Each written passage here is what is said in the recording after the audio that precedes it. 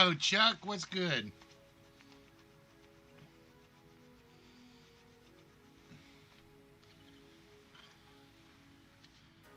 What's the happy, happy, joy of today?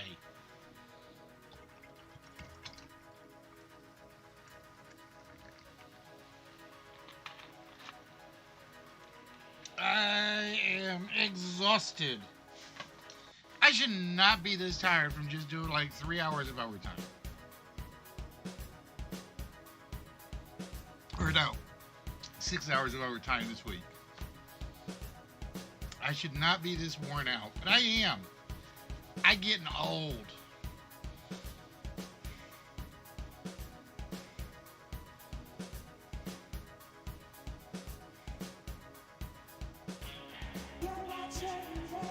Hello, Spoxy.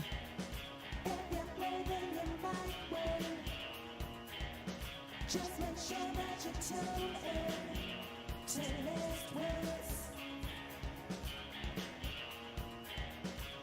You're watching Wits. If you're blaming your mind. Crunchy! What is good, my friend? How are you?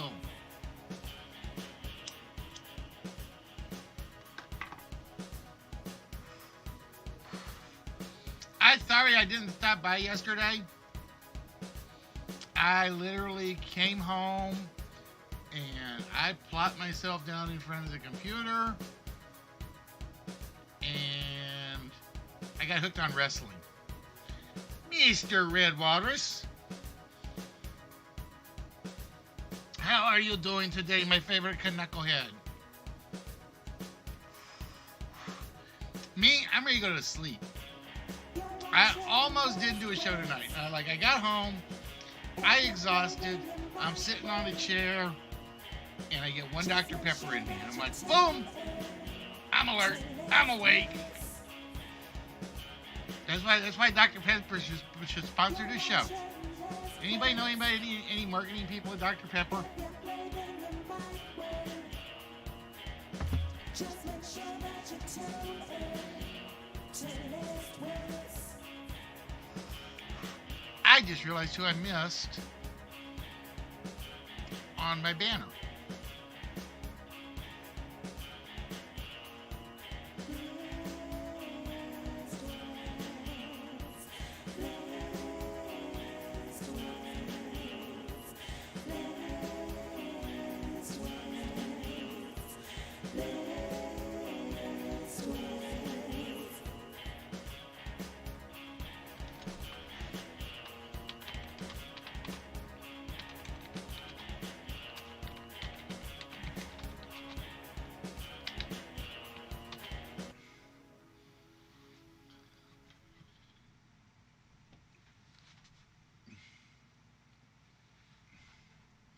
Bear with me. Bear with me.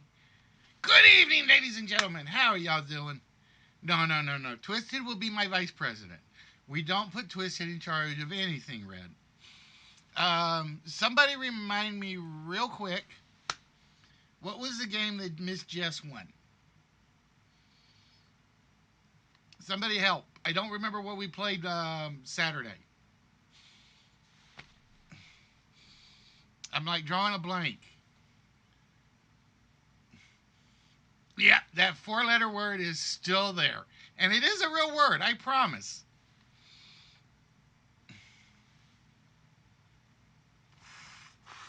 I promise you to all that is holy. You can find it in a dictionary. Oh, wait a minute. I remember. It was Catch 21, I think. No, was it Catch 21? Because I was updating my there were 4 of it. Okay, so it couldn't have been Catch 21 because that's a 3-player game.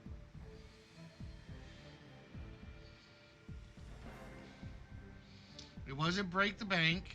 It wasn't Blockbusters. It was...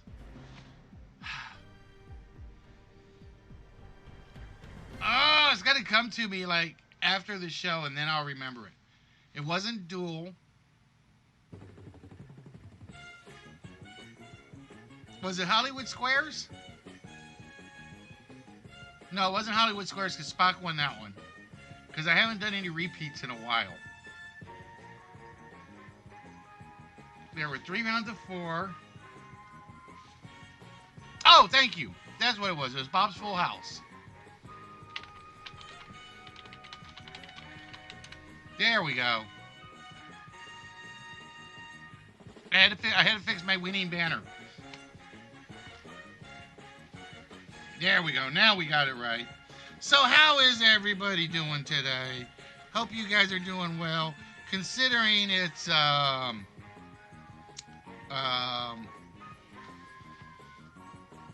what day is it? Oh yeah, it's Thursday. You know what that means? That means it's almost the weekend. That means it's almost the weekend. And on the weekends, anything can happen. Anything can happen. It's holiday. It's Halloween weekend too. And you know, I've heard something. Ooh.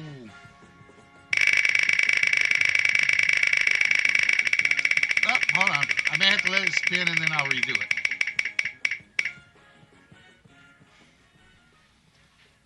Oh, ladies and gentlemen. Chuck is starting us off like something fierce.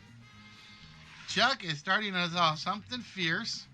And I got to go get over to my users and take off 50 points from Chuck there, which puts him at 474 points.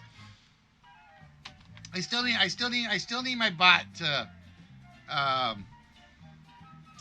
do what it's supposed to do. Yep, we're pausing the game.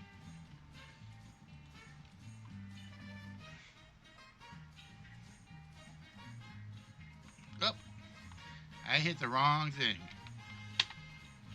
All right, Chuck said, I'm beating Spock to it. I'm beating Spock to it. Now, the funny thing is, it's still on the other side. All right, so, and it just happened to fall on our one-player game. So we are getting started fast and furious tonight. It helped if I open up the right file, though. Oh, wait, I did open up the right file. Because Chuck is going to play Punch-a-Bunch. Well, he's going to play Punch-a-Bunch as soon as I get it working. Give me a minute.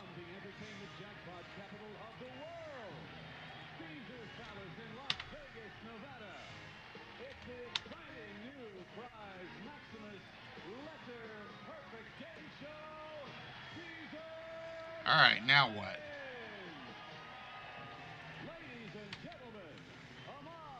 Give me a second. I'm going to get this fixed.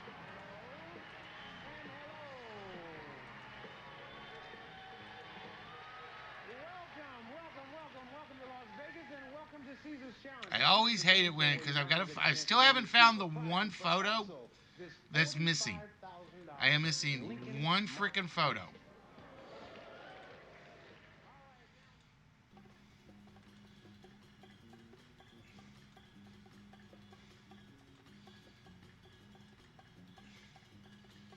All right, maybe it won't be Punch-a-Bunch. Maybe it will be. I'm going to do one more. Nope, I'm going to do one more after that. Damn it. Ooh, this is a new one. All right, we'll do the new one. Chuck, this is a very, very simple game for you. And if you get it right, you get... Da-da-da, we're bringing back our Ford Thunderbird. We're bringing back our Ford Thunderbird for this one. And to win this game is very simple. Around the board, you see 8 two-digit numbers. Okay? You will notice the yellow square. Let me make sure the one-player game is showing. Yep, okay, the one-player game is showing. That represents the price of the iRobot Roomba S9 Plus. Okay? I will tell you, there are 3 or 4 digits in it. I don't know how many, because it is set up to do even a 3-digit number as a 4-digit number. So the price of the Roomba could be $17.72. It could be, that game is busted apparently. Damn it! Shit! I thought I fixed that one. Ah, there we go. Alright, now we're back to Punch-a-Punch. Thank you, computer. This is what I wanted in the first place. Yes, this is a one-player game, Tuned Off. Chuck called for a wheel before even Spot got in there. Alright. On the board is a wall of punches. There are up to 50 punches. You can have your shot, Chuck, at 5 of them. Alright? Well, let me get it going as fast as I can then, Richie. I'm going to give you 1 free punch. However, on the other side, we have 4 individual prices. I'm going to show you the price of each of those 4 items. All you have to do is tell me if the real price is higher or lower than the price I show you. Every one you get right, I will give you another punch. Then we'll get to the punch parts in a minute. So, our first item is known as the hover cover. This is a hover cover, magnetic splatter lid. It's literally, you put it down over the bowl, the magnets hold it to the table. Yes. Our listed price for the hover cover is $8. Is the price of our hover cover, Chuck, more or less than $8? Hey, Silence, how you doing?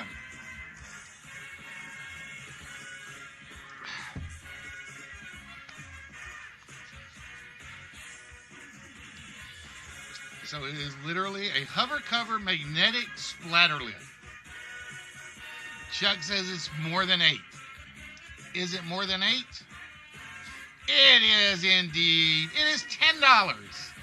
So with that, Chuck, we're going to give you 1 more punch. So now you have 2 punches. Next on the board is called the Clever Cutter. This is the Clever Cutter food chopper, is said to be able to dice anything organic. Look out, Freddy's going to have him a new toy.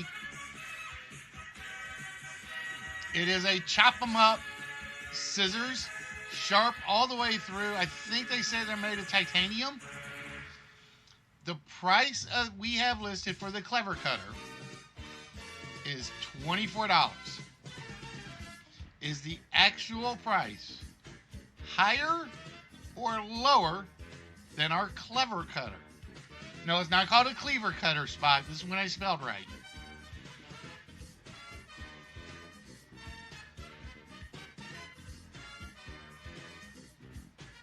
Chuck says it's less than 24. Is he right?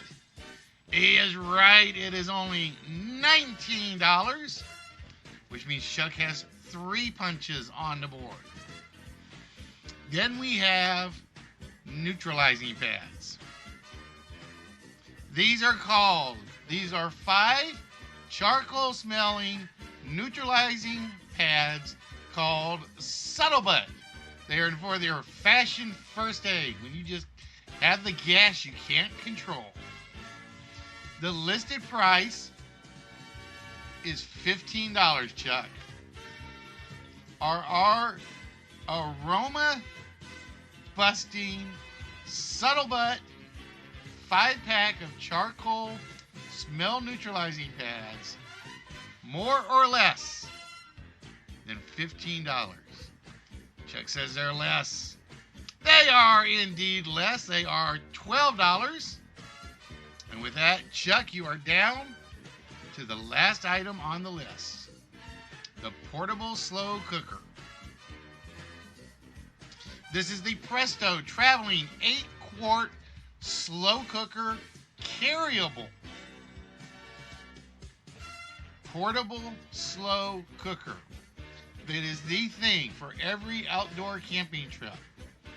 The listed price is $72.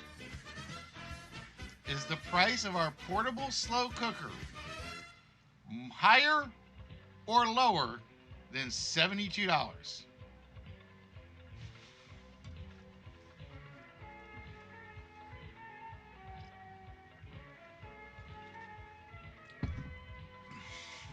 Billy Mays Hayes here.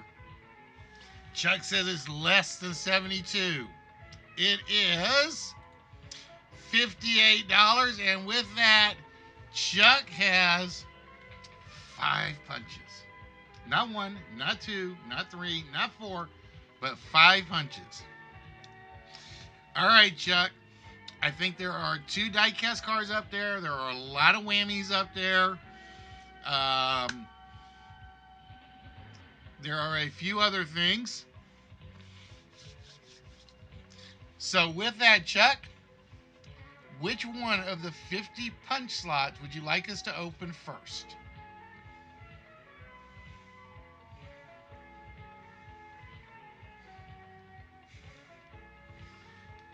You just click the subscribe, I think the little down arrow. All right, Chuck says number 16. So we reveal behind 16, 125 whammies. Now you got your first decision to make, Chuck. Do you want to keep the 125 whammies? Or do you want to go for the next punch?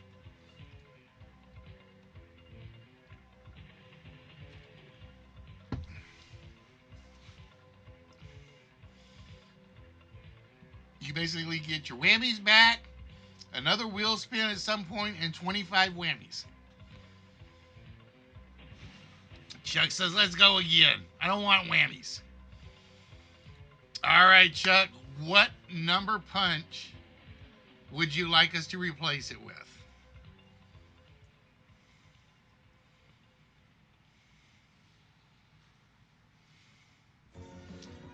36. Ooh, it came down to 75 whammies.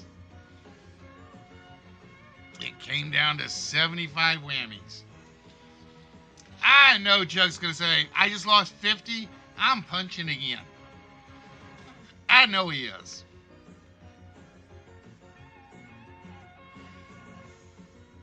But I got to get him to officially say it. All right, the next punch, Chuck. Which slot would you like us to break open?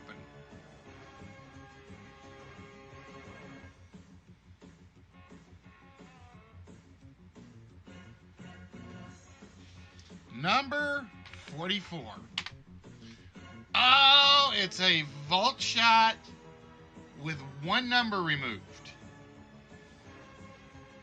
It's a vault shot with 1 number removed.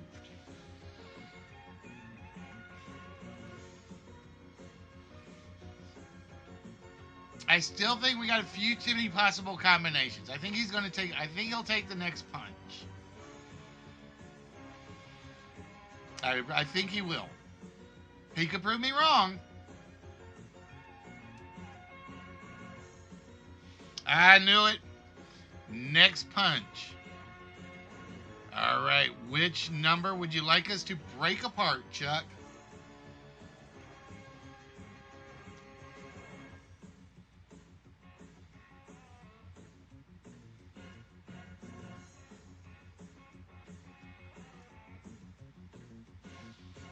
Number 12.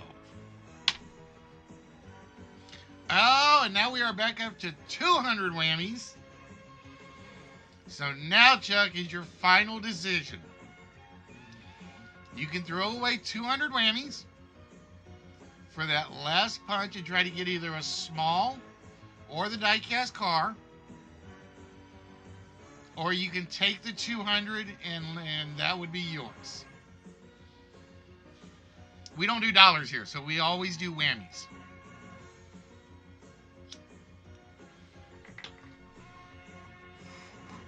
And what I'm going to end up doing is, because I am actually in the process of revamping some stuff, I'm going to actually end up putting like a 10,000 whammy slot in here. All right, Chuck. For the covered letters, the ones there, if you are on Twitch, you simply need to type in the 4-letter word, Richie, as it reads from top to bottom. If you are on D-Live or Mixer or one of the others, you have to do exclamation point and the 4-letter word. So if you think it was, well, let me go look for a second. Oh, it fell down to 100 whammies. It did drop to 100 whammies for Chuck. So with that, we give Chuck 100 more whammies. To put him at 580 in his storage unit.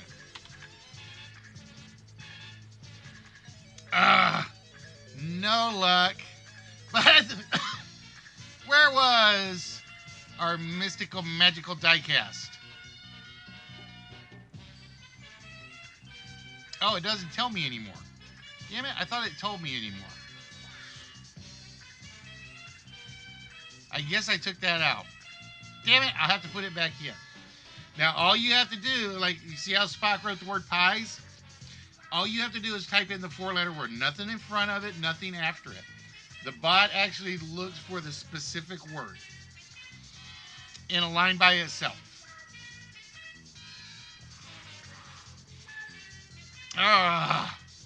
That's all right. 100 whammies is still 100 whammies. It's like that's 2 wheel spins and 2 wheel spins.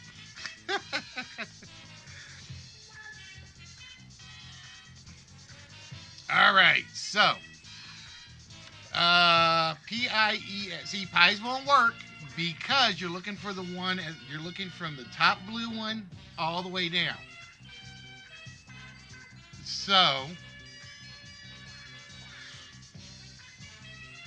you're getting less and less restream bot over there. Weird, because I'm seeing everything. Oh, no, because I'm not seeing the trivia questions. The trivia questions I don't think go across because it's under my name.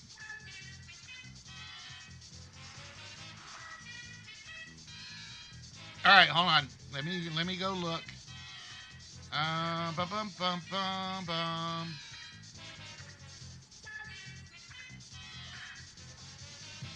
Yeah, because I'm seeing everybody's on the D-Live channel at the moment. Let me go look. I will restart it.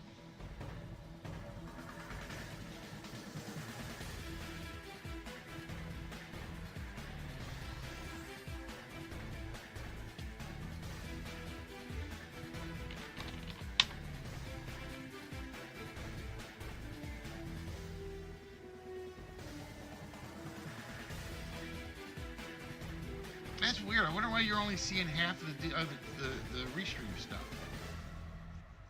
That is very, very, very strange. All right, so where were we? So ooze would work, for instance. Or let's see. What did we have?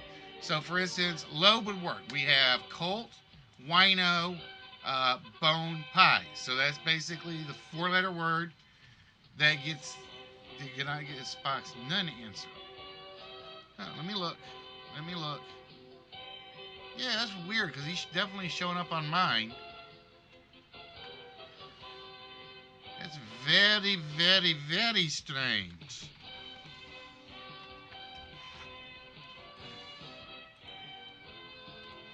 Alright, now I did goof. And I accidentally hit the wrong thing, so we got to redo the start of that. But ladies and gentlemen, I would like to welcome each and every one of you to the List Wits Game Show. We are here every Tuesday, every Thursday, every Saturday for an act of God, an act of work, or an act of wife. And trust me, all three have stopped the show at various times.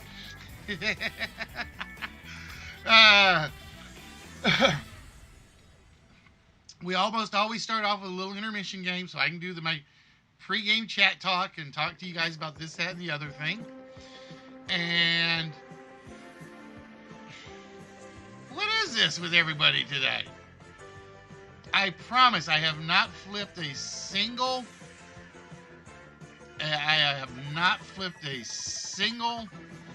button or dial. I promise. Everything is the same as it was Tuesday.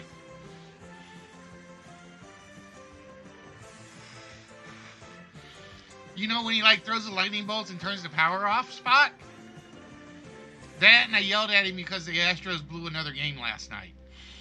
He might be mad at me for that one. I just basically did a GD it after the 7th inning. And it's like it might come back to bite me at some point.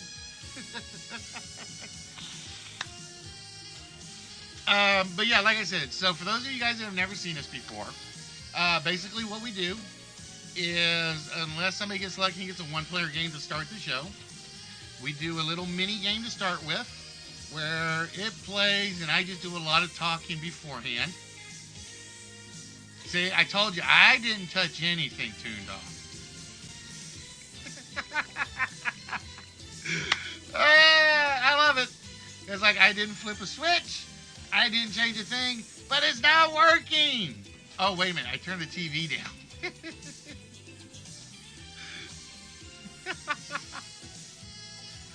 Oh, at least it's not technical difficulties on my end tonight. So basically, we do about 15 minutes of chit-chat with the little intermission intro game. And then we jump right into what we call the list. And the list, for those of you guys that have never seen it before, is basically Family Feud without the points. We basically have a board with 10 hidden items. The computer chooses one of our lists for the theme, and it picks 10 of those items in that list to put up on the board. It could be a themed list. For instance, we have Nicolas Cage movies. It could be a word list. For instance, Thursday night we had devil. And basically every word or phrase has the word devil in it. It could be a topical list. It could be numbered bands. Bands that have a number in their name.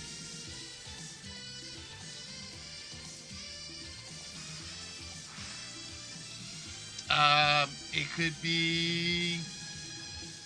be real life. It could be. Oh, I do tuned off. The two that you guys did not get were not very well-known phrases, but they actually exist.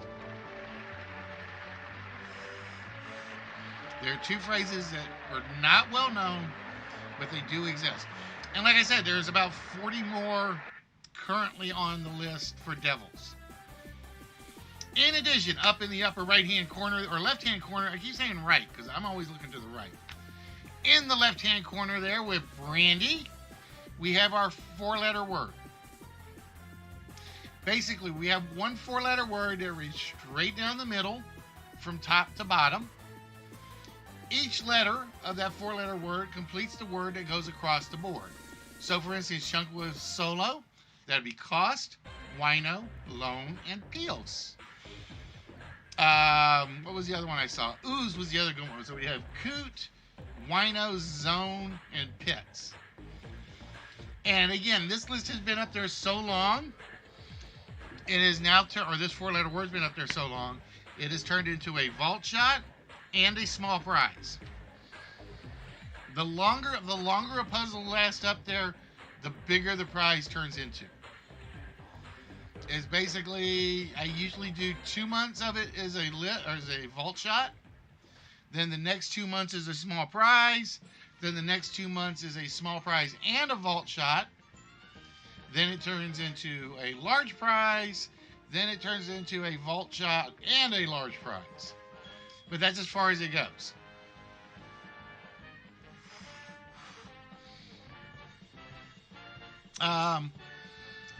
But we have been doing this for over 4.5 years.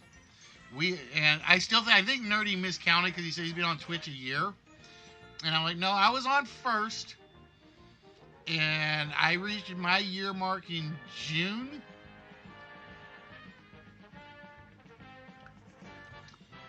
No, I'll take that back. That may make it a year for him. Because I know he came over shortly after I did.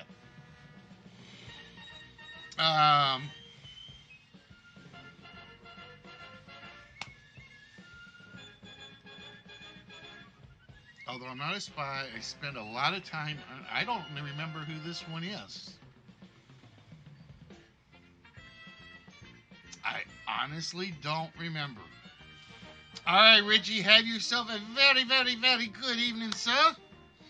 And like I said, if you get where you can't sleep, drop back in. We'll probably be here for a little while tonight. Because like I said, we're usually here till about 9:30ish, give or take, depending on how things go. If we get participants, we run longer. If we don't get participants, we run shorter. But tonight is open game night, so it probably won't matter.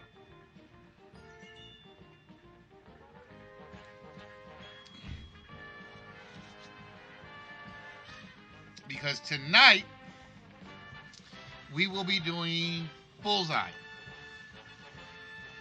I decided tonight I needed to do an open game, and this is basically the last time the Bullseye look will be what it is. Because I'm actually in the process of cleaning this one up.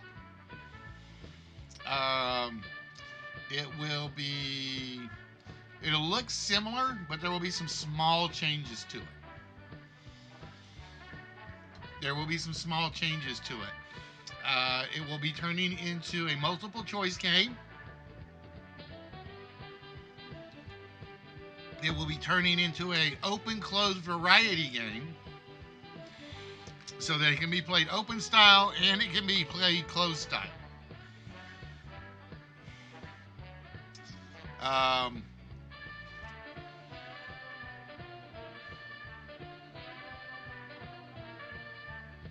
And then, like I said, because that's what I've been working on during my downtime at the office. And then I think Jeopardy is next on my list.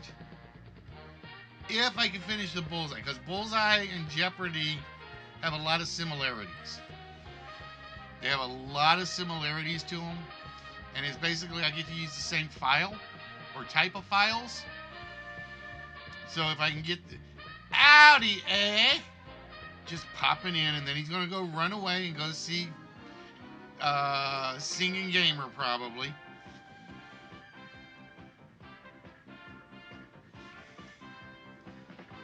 I have no idea.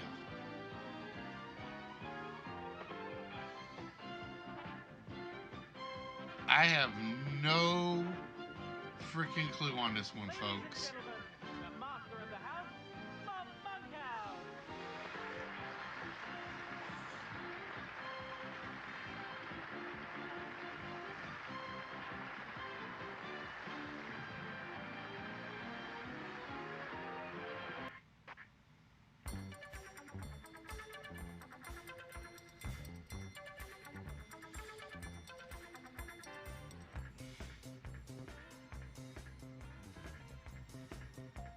Might be. It might be, Spock.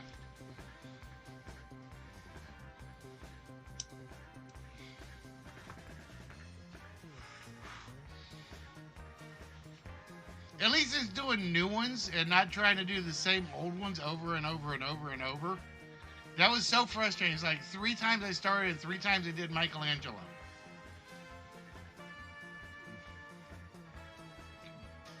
Ooh.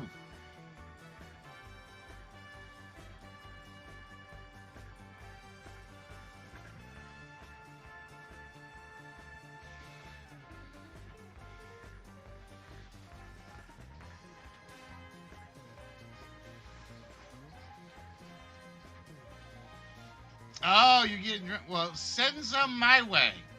Oh, wait a minute. He's getting drunk on moose piss. Ah, sorry, show. I'm kidding. Oh, wait. It's your birthday. Well, you know the rule, right? You know the rule. We borrowed, we basically follow Nerdy's tradition.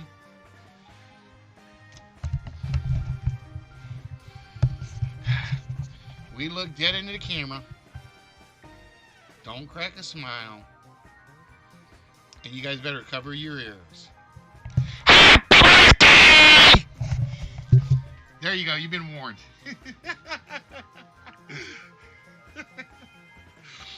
That's all we do.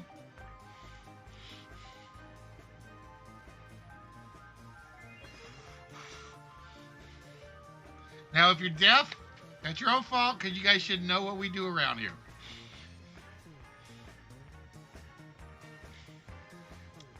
Like I said, blame Nerdy for that tradition. Now, when it gets to your host's birthday, we don't do the yelling. We do the gaming.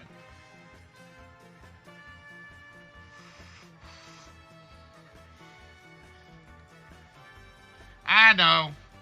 It only gets so loud, Spock. I've got it. It's literally, it does not get any louder than about what it is. That's the one thing I like about it, is once I got the volume right, the volume is fixed.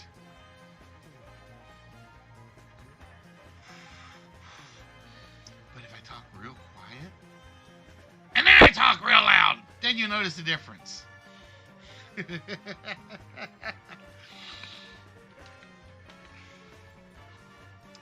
But it was definitely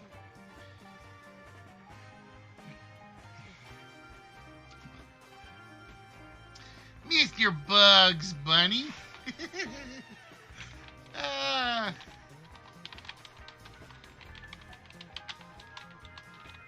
And with that, we give Spock another 25. And with that, ladies and gentlemen, we get ourselves right over to the list for the evening. Now, I have no idea what the list is going to be. You guys might hate it. You guys might like it. You guys might yell at the computer and say you're cheating. The computers never cheat. At least that's what I've been told. I don't know if that's true or not, but I have never known for sure.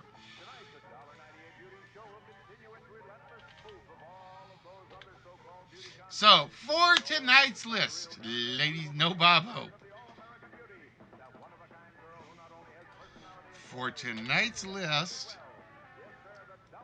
it is... Let's try that again. Type in the right letter, you Dumkoff.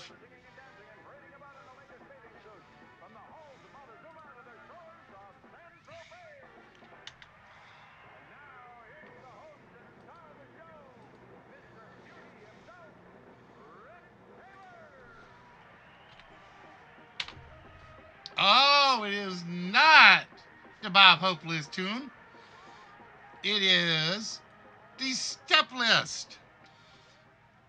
And before we do that, Mr. Kosuki, Mr. Birthday Weekend, Mr. 4-Day Weekend said, I earned something. What did I earn? He earned a vault shot. I'm checking to make sure. Yep, it is a straight vault shot for show.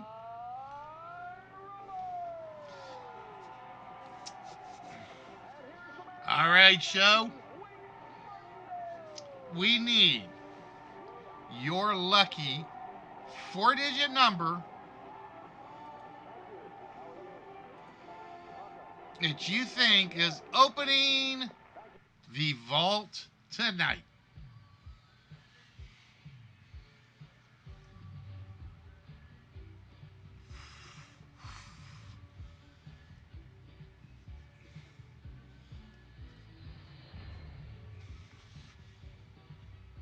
So, show, what number are we looking for this evening?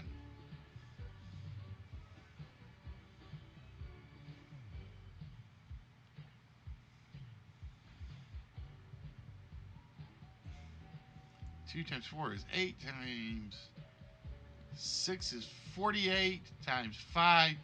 So you got a 1 in 239 shot. All right, show says it is 5, 9, 1, 8, 59, 18. 59 for the year of my birth and 18 for show's age, because now he's legally allowed to drink alcohol in Canada. And we hear... Oh, we hear the sad trombones. We hear the sad, sad, sad trombones. All right, so with that, ladies and gentlemen, it is time to get things started with one of the most frustrating parts of the show. Because sometimes they're easy, sometimes they're hard. We are looking for... What do you mean numbers under the frame again? I see 1 through 10. Oh, you're talking about on the vault. I'm not too worried about the numbers on the vault. So we are looking for step phrases. We are looking for words and phrases that contain the word step. And with that, the timer starts now. So again, these are 10 items that have been chosen by the computer, not by me. I just basically put the file together and then go from there.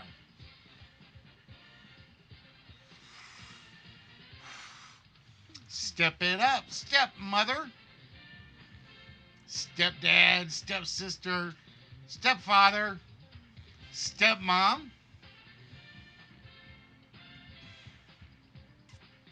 I love the fact that everybody went through the entire family and not one family member was up there. Step to me, step ladder, step off. Watch your step, mind your step. And that goes to Chuck. I had mind or watch together. 2 steps forward, 1 step back. Stepping stones, step on the bus. Step by step. Step over the brink or into the brink. Stepping to the beat of your own drum. Or in my case, your own harmonica.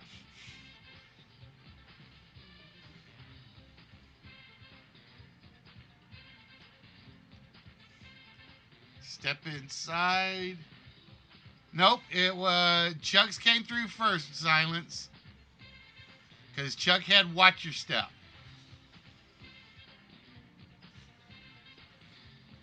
Step aside, Butch. Yes, Sundance.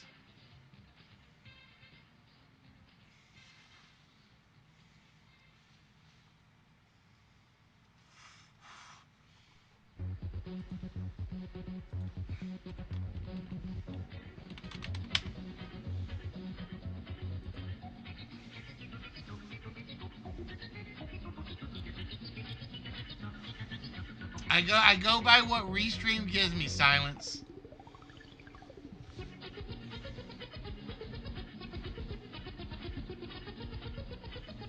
Pep in your step. Step over here. I just get over here. Step lightly now, 1 step at a time.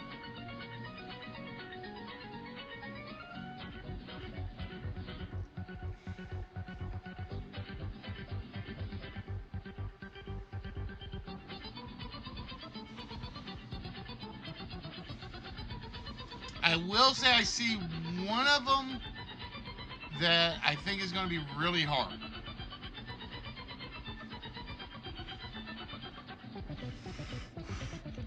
Hello, my Scottish brethren. How are we doing, Ali?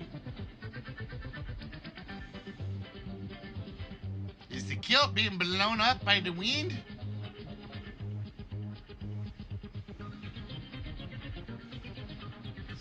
Step up to the plate goes to Tundov.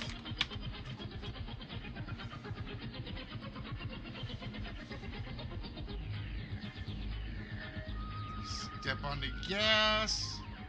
Step it up. Overstep. Step it up to the streets. Watch the step. Step right up.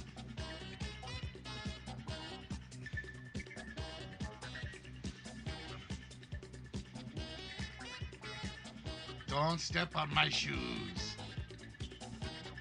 Step to the beat. Only in that case, to Mr. Dad Alley. Or is it Alley Dad? Alley Dad! Happy birthday! We're doing lots of birthdays today. Step to the beat.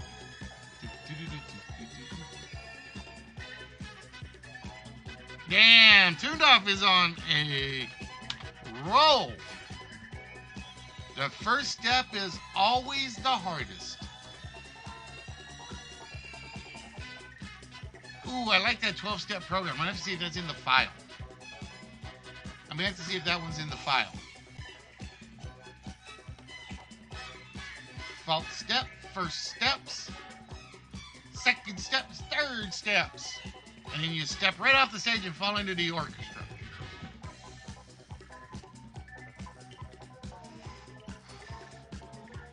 Marching step. Step to my skip to my loo. Chuck, you're trying to change entire words to make them fit. You know that, right?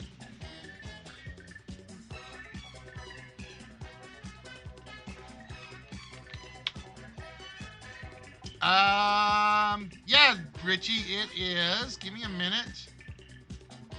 Oh, meetings. We hate meetings.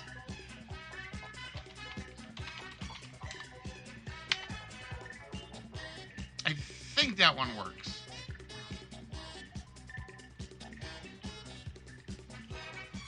All right, where'd my... There it went.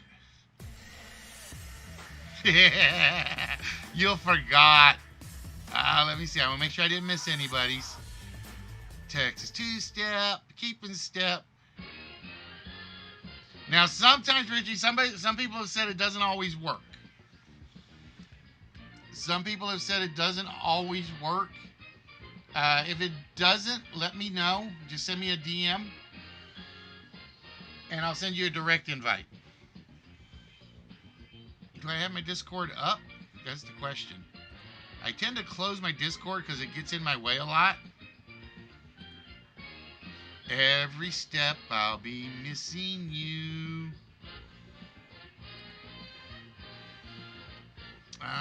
No, that's not what I wanted.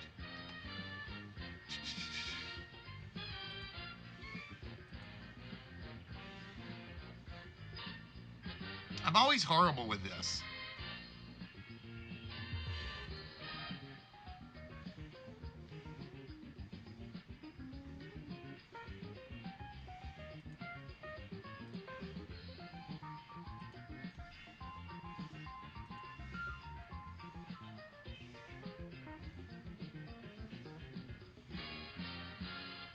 Oh wait, there we go.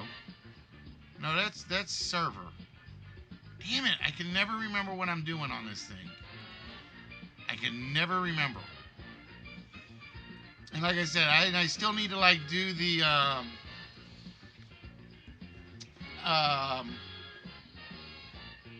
what's the word I'm looking for?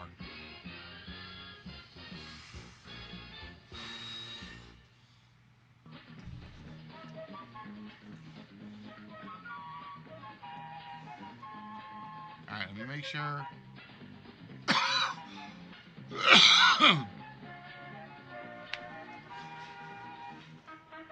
Jazz step. Let's all play What's Mine? Spock stole that one. I'm going to say, Spock, that was a total steal.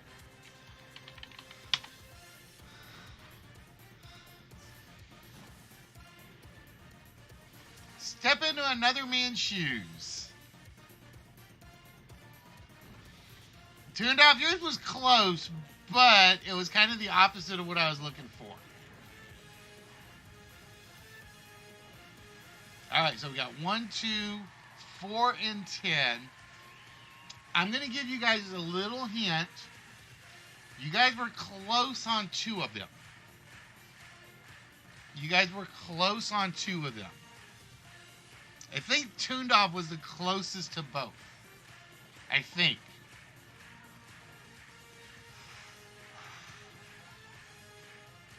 Step inside my mind. Step inside my mind. If you know like I know, you don't want to step to the... We control the horizontal. We control the vertical. We control what you are seeing. You are entering the Twilight Zone. Well, it's Halloween. I figured he might.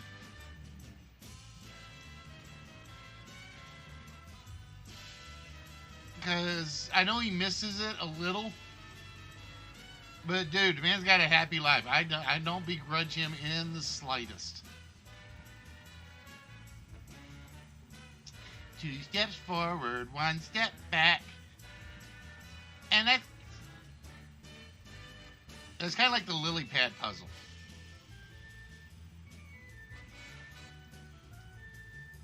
That's what I was trying to think. Thank you, Spock. 2 steps forward, 1 step back. We come together because opposites attract. I couldn't think of the song. I don't know why I couldn't think of the song for a moment. So we got 4 left. Chuck, did the refresh help with the restream bot? Step back lunges. And there I go into my Vince McMahon voice. For no reason whatsoever. I don't know why I do that every so often now.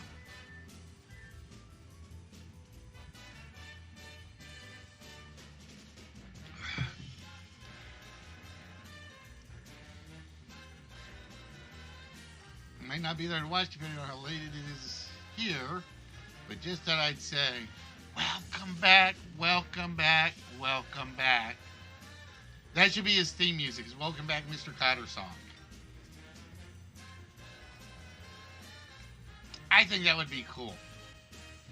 Just do welcome back, welcome back, welcome back.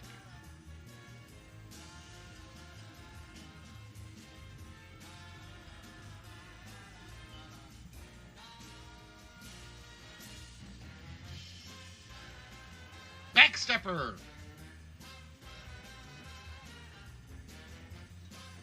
Is anything like a backstopper? Just curious. But ladies and gentlemen, boys and girls, I'd like to welcome each and every one of you to the List Wits game show, where we basically do a couple of games a night in which you are trying to compete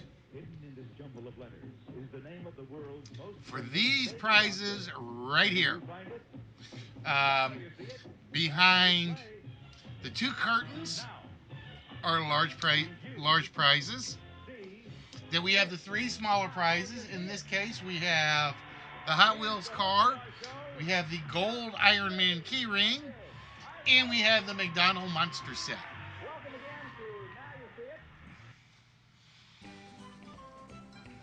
Step out into the dawn. Step into the light. Oh God, no. Pope Treviticus is staying away for a while. I still have to decide because we're allowed to do costumes in our office on Halloween. So do I do Pope Treviticus? Do I do Captain Whitebeard or Privateer Whitebeard? I keep saying Captain. He's not a captain. Or do I do my mystery guest who will be here Saturday? got to decide. I got a feeling I won't be able to do the mystery guest because I got a feeling that costume is going to be tight. So it's going to be like nothing more than on the show from like there to there. So it'll either be Pope Treviticus or Privateer Whitebeard. I haven't figured out which one yet. As I walk through the valley of the shadow of death. I know the Bible verse. I was trying to think of the song. No, I did the professor last year, and I've misplaced a lot of his stuff.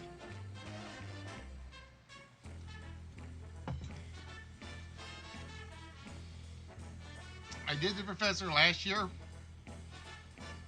so I don't want to do him again. Plus, like I said, I've lost a lot of his stuff, and I don't know what I did with it.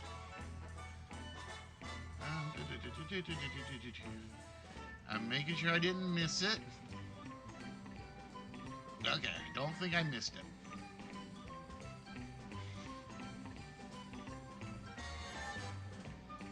Stepping over the ledge.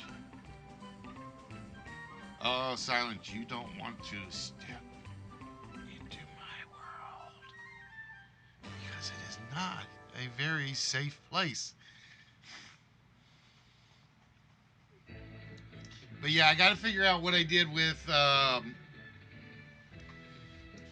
lab coat, the glasses, and the wig. They're all missing. I'm not sure where they are, but I've got them somewhere. So again, ladies and gentlemen, we are looking for 4 last step phrases. These are all phrases that contain the word S-T-E-P in them, in that order. Break step. Oh wait, that's a Vogue.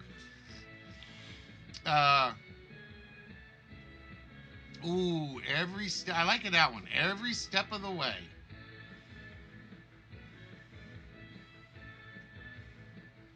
One does not just step into Mordor. Break out a step, the final step, and quick step. All good ones. But not the 4 the computer chose. And I haven't even looked at the list because I will be honest, I need to add some more to this. Because I don't remember how many are actually in this one. I don't think it's a lot.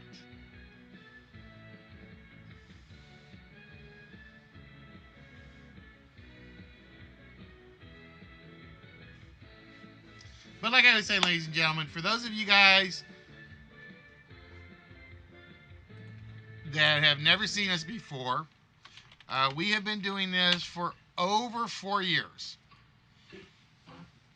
4.5 years ago, we started on a little-known system called the Playroom. Back when your choices were Ustream and Daily Motion. Well, most of us chose Ustream. For some dumb reason. And Ustream kind of got bought out.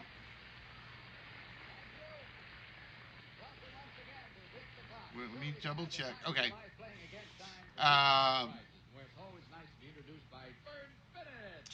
And our Playroom experiences got moved over to YouTube.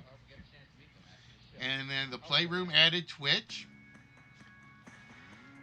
And then yours truly got banned for being a scam artist somehow on YouTube. And I got my first ever taste of Twitch through the Playroom. And it was like, wow. It's a huge difference. And I'm like, I'm ready to elevate myself from the Playroom or from the Playroom to the PC. And it didn't help that certain things fell apart and got really nasty on the Playroom. And it's like, to you guys. And we started with Streamlabs, and we've stayed with Streamlabs. And we got onto Twitch, and we had fun. It was a very slow build to start with, because a lot of people didn't even know that we had moved. It's like, for Wits, we told you guys. Twitch, Twitch, Twitch, Twitch, Twitch. And then Restream came along, and then it was like all hell broke loose. It was, we got on Twitch, we got on YouTube, all at the same time, and that was fun. And then we got back on Ustream, and somehow Ustream was still around. I still have a channel over there somewhere, although I can't use it because it's an IBM thing. And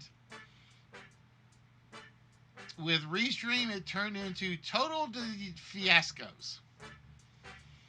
It turned into total fiascos because we literally had, at one point, ignore the art is. I don't know where the art is came in on that one. Silence. It's one step too far.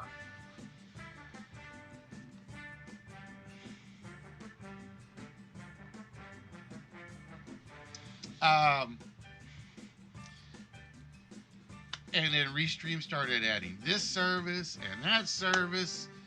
And Twisted and I basically goofed around one night when nobody was on. And we literally streamed about 16 different streaming sources. I am not kidding, folks. We streamed about 16 of them. All at one time. We literally, it was like, Twisted would start a stream. And he's like, am I showing up here? And I'd go jump on the internet. And it's like, yeah, you're right here, dude. And then I'm like, am I showing up here? And he's like, let me go look. You go look. And it's like, yep, you're right there. We actually got on some services that were designed only for mobile devices. You guys, I don't know if you guys know YouNow or Periscope, but those are two streaming services that are designed specifically for mobile devices. And we were streaming to them from the PC.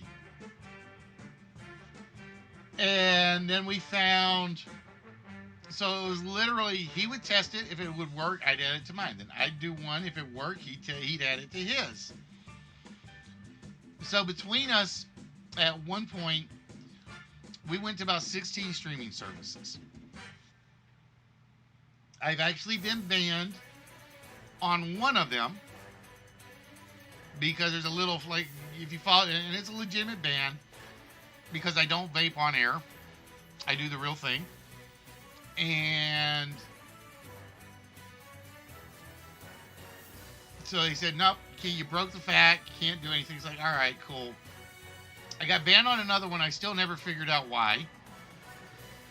Oh, I like that one, Spock. That one I like. Hey, trans, what is good?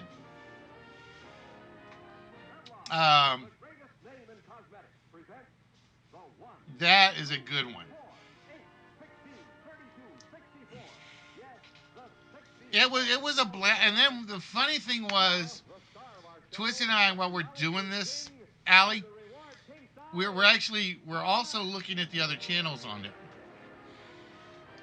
And we had seen one channel, or this was the YouNow one, with a singing puppet. That was the show. The host was a puppet who sang. And it was absolutely hilarious. I wish I could remember who it was, but I do remember it's on the YouNow network.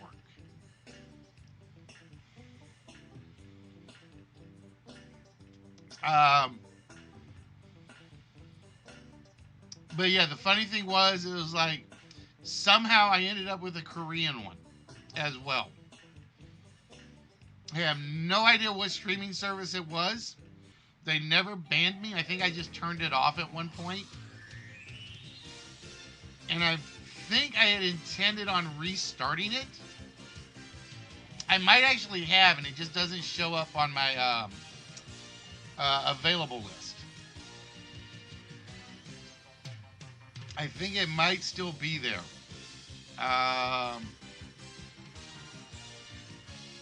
Nope, Armstrong's line is not there. Well, the funny thing was, it was so much fun. We were having so much fun doing it that we literally both left them on. I mean, we both left all the channels connected. We didn't leave the stream up. But so the very next episode, I log in and there's a station called Africa. I don't even remember signing up for it. And I actually met their name was Black Rabbit. Great girl. She was a lot of fun. She talked. And I don't think she ever won anything, but she came back time and time again, and she was one of my regulars for a short while. And then I think Afrika kind of accidentally or kind of turned me off for some reason.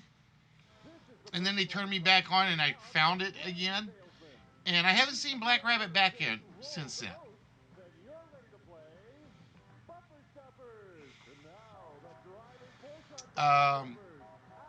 I'm trying to think of what were the other ones. Like I said, now we couldn't get to work. We could connect to it, but we tried to watch it and we couldn't watch each other.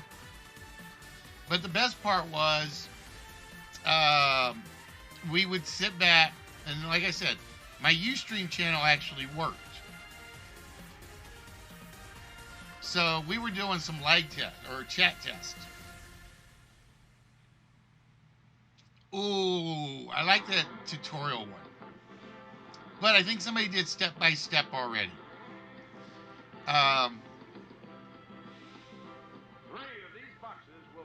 Yeah, I did. Like I said, that was the best thing. It's like I said, I've had more people come back off of the newer services that I'd sign up for than a lot of the big three. Well, let me say big four. Wait, big three. Twitch, D Live, YouTube, Mix, big four.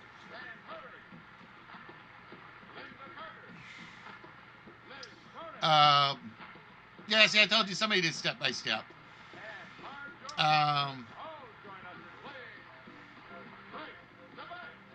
Like I said, you guys have been bouncing around 1 and 2. You guys have been kind of bouncing around 1 and 2. That's the only hint I will give you on this.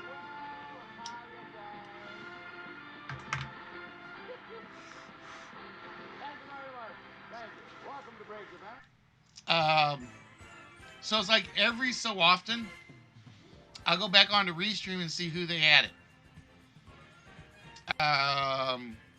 For instance, I've gone to or I've signed up on Loops, but I don't know if Loops actually works.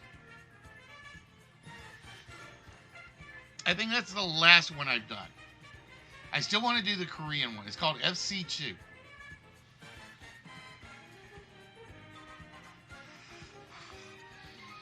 I'm trying to get that one to work. But I never seem to pull that one off. It's on my connected list. I know it's there, but I've never been able to get to it. Let me go look. I'm going to go see.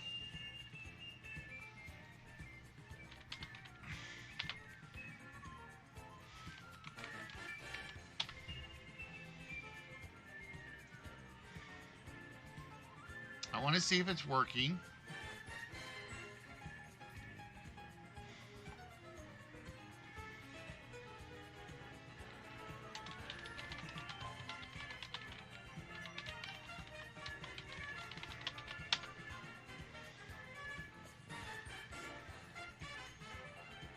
It's probably not working.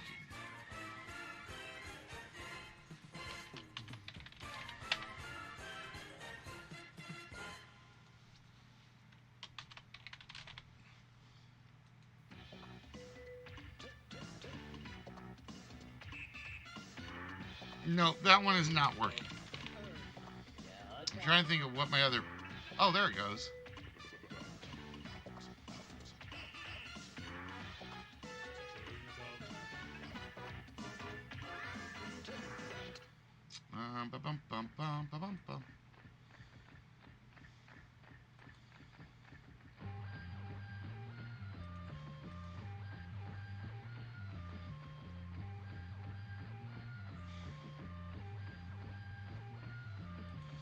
Let me see. Let me see.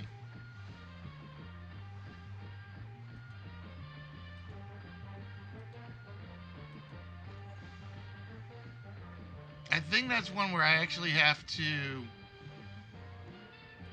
I think that's one where I have to actually do multiple parts.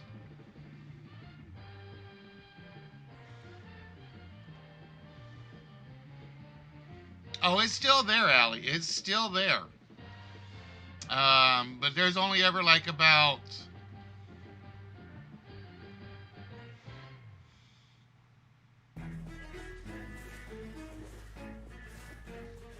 There's only ever really about 9 people that are on there at any given point. And to goose step is not just a German thing. It's basically there are some armies where you basically had to march in goose step. You had to march in goose step. I think, and it was mostly communist countries that did it. Because I guess they thought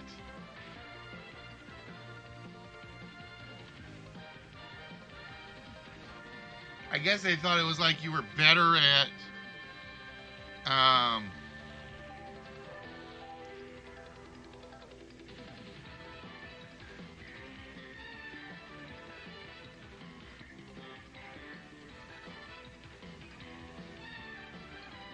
no, I have to work on this one.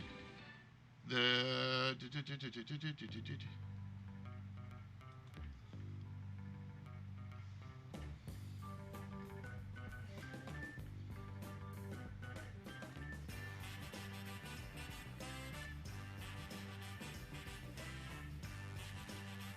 no, the FC2 one is not working. Damn it.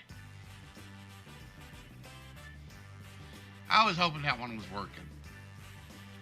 I just wanted to add another one.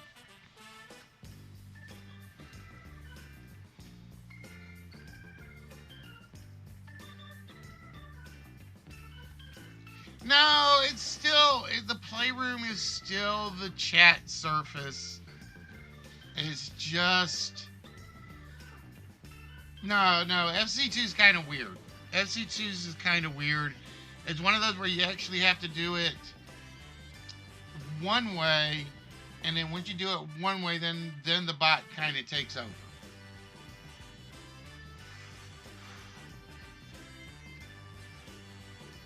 Ah, man, you guys are like so close to number 1.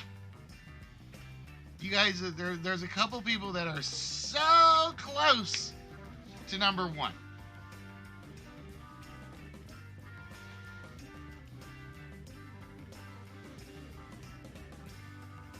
Playroom is like watching Burton-esque. I will be honest, I gave serious thought silence to redoing a Playroom stream.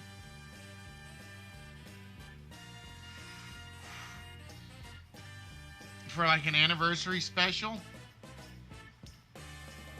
But it was kind of like, no, they pissed me off too much.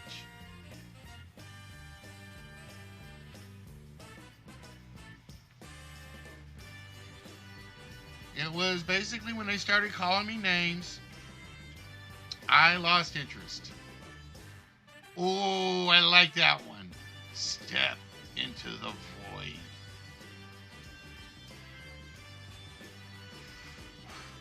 That'll be the name of our science fiction show, Chuck. Well, that's because all the good ones left, Silence. Honestly, the only people that are left there that I even watch, and I haven't even watched them on that, I watch them on YouTube. Step over the banana peel. Are Fuzzy, Sing Gamer, and he doesn't even do Playroom anymore. And then there's a German DJ that I watch on YouTube.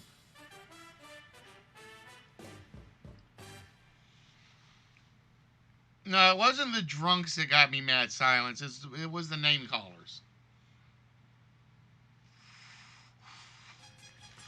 It was the name callers that got me mad.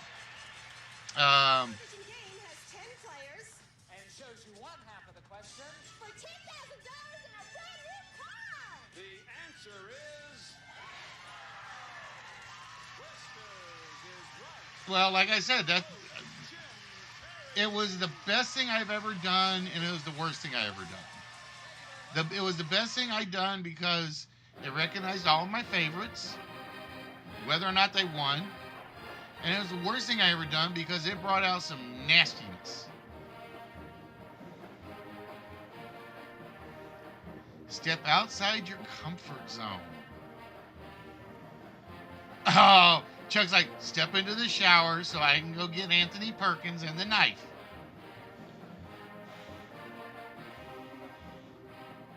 Like I said, if I could do it again, I would. But I can't do it with Twitch. I can't do it with Twitch. Because everybody's got their favorites. I can't do it with D-Live because everybody's got their favorites. I can't do it with YouTube, obviously, because God knows what would happen there.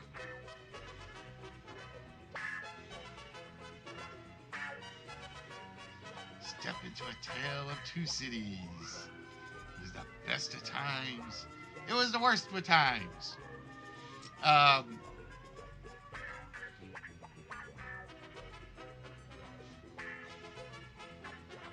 But yeah, there was one person in particular that wouldn't leave me alone. And so I don't even talk to him anymore.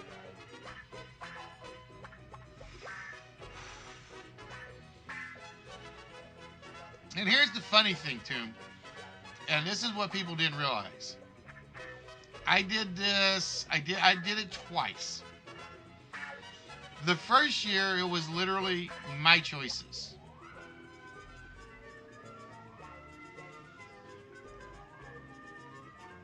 The first year I did it, well, like I said, that's because, like I said, Nerdy's my godfather, plain and simple.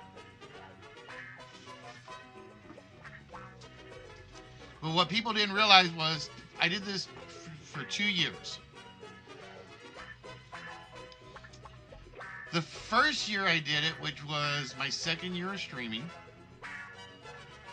or was it the third year I was streaming? No, second year I was streaming. I basically put up the categories, did the show, nobody voted. I didn't even ask for votes. It was literally, I chose each and every person myself. Nobody said a word.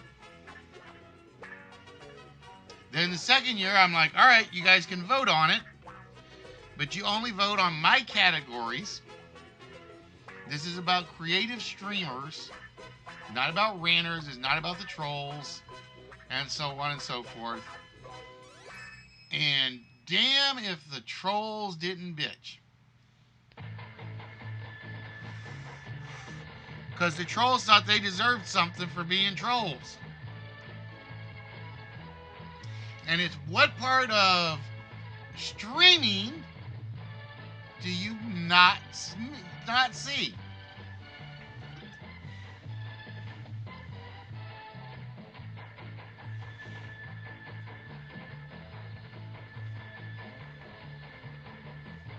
Well, see, officially it wasn't a democracy. Officially, it was never a democracy. But was that like the brawl thing? Nope. I had posted, it was like every episode, I'd get up there, Allie, and I would show off all the categories. I had one big screen and it had all 26 categories listed. Or 24 categories listed. I can't remember. 24 or 26. And I tell everybody that was watching, if you watch my show and you had somebody that fit those categories that you watched that you thought, A, I should watch, or B thought, well, they should be nominated for what they did, I gave them a chance to nominate them. And then somebody said, yeah, but what about everybody that doesn't watch your show? And I was like, originally I didn't care. Originally I didn't care. If you didn't watch my show, I didn't care about your opinion. That one's a good one, Spock. Step into my parlor, said the spider to the fly. That is a brilliant one. And either Nerdy or Lethal, I can't remember who it was, convinced me to put it on Instagram. Because at the time, everybody was doing Instagram. Everybody knew everybody on Instagram. So I'm like, all right, I don't want to do it because I don't trust social media.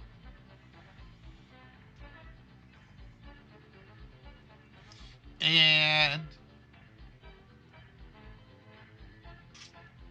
when is the marathon show? In about... Wait, let me make sure I got my calendar right.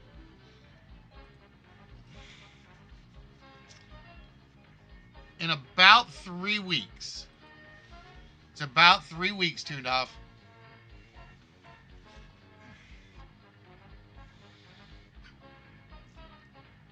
And so I did the Instagram thing. And I said, all right, you follow me, you're going to see the post. If you follow somebody that follows me, you're going to see the post. And that was my first warning sign. Step over the body. That one's a good one. That is my favorite. I think Spot's come up with the two best ones. But I'm going to say Step Over the Body is my favorite guess so far.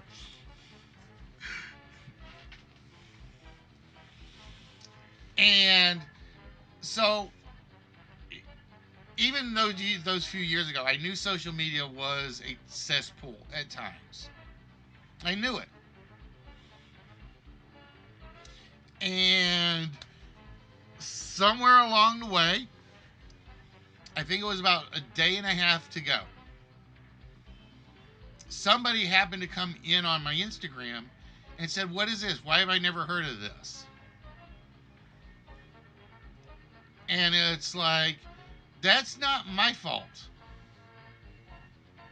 That is not my fault. Well, the internet in general is, yes. I told people where to go to vote, told people what they had to do to vote. It was mail, website, instant messages on Twitch, on Instagram, on the Playroom, email. I given people about 7 different ways to vote. And they were bitchy because they weren't told about it. Yeah, and you're not allowed to vote for the Oscar winner, but you don't bitch about that, do you? And that was what got to me. And the funny thing was, I think by the time it was said and done, if I remember right, 48 different people had voted.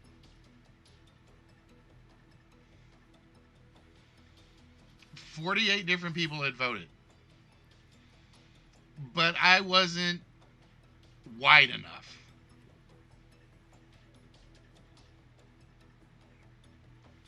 And like I said, the backlash came. Don't forget postal vote. Postal vote?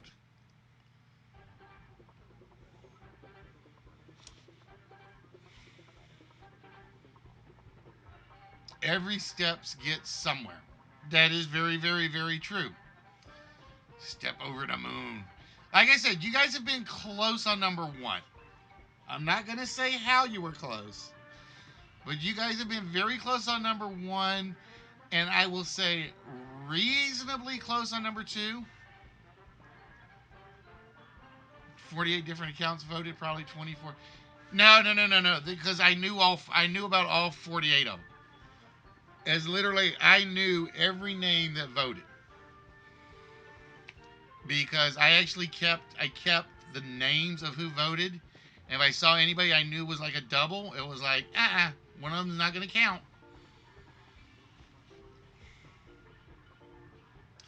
But like I said, so it was one of those cases where I couldn't help it if you didn't travel in my circles. And like I said, and I told everybody, and I even said it, do you go vote for the Emmys? Do you go vote for the Oscars? And it was like, no, they don't ask you to vote. I'm giving you a chance. It's not my fault you don't know how to get out of there. I was trying to think how to sing that line. I will follow you every step of the way. Now, I will say, and that is not to knock on Twitch, it's not to knock on YouTube, it's not to knock on Mixer. I would say, and I can't do it because I'm not popular enough on DLive, I would say DLive is small enough, but good enough, where if I were to do it, if I focus my attention on DLive, I could do it through them.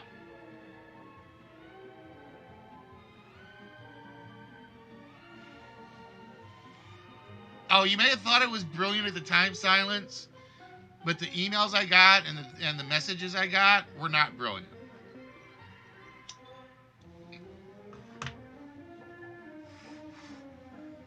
Exactly, you gotta be part of the actor union. If you were a streamer or a viewer of a streamer, you had a chance to vote. Oh, we had two. Only two we did not get. And again, I don't show the two we didn't get because they're going to go back in the file and get reused. But that means we've got at least one winning slot. Oh, I did, Silence. I shrugged it off and I quit watching about 20 people. There were 20 streamers. I can go through the list. I could give you the names that I quit watching because of what they said to me or said about me. Because the funny thing was, after I got done, I still lurked. And there were 20, let me count off the top of my head, 23 streamers I quit watching because what they said about me. And some of them I thought were friends.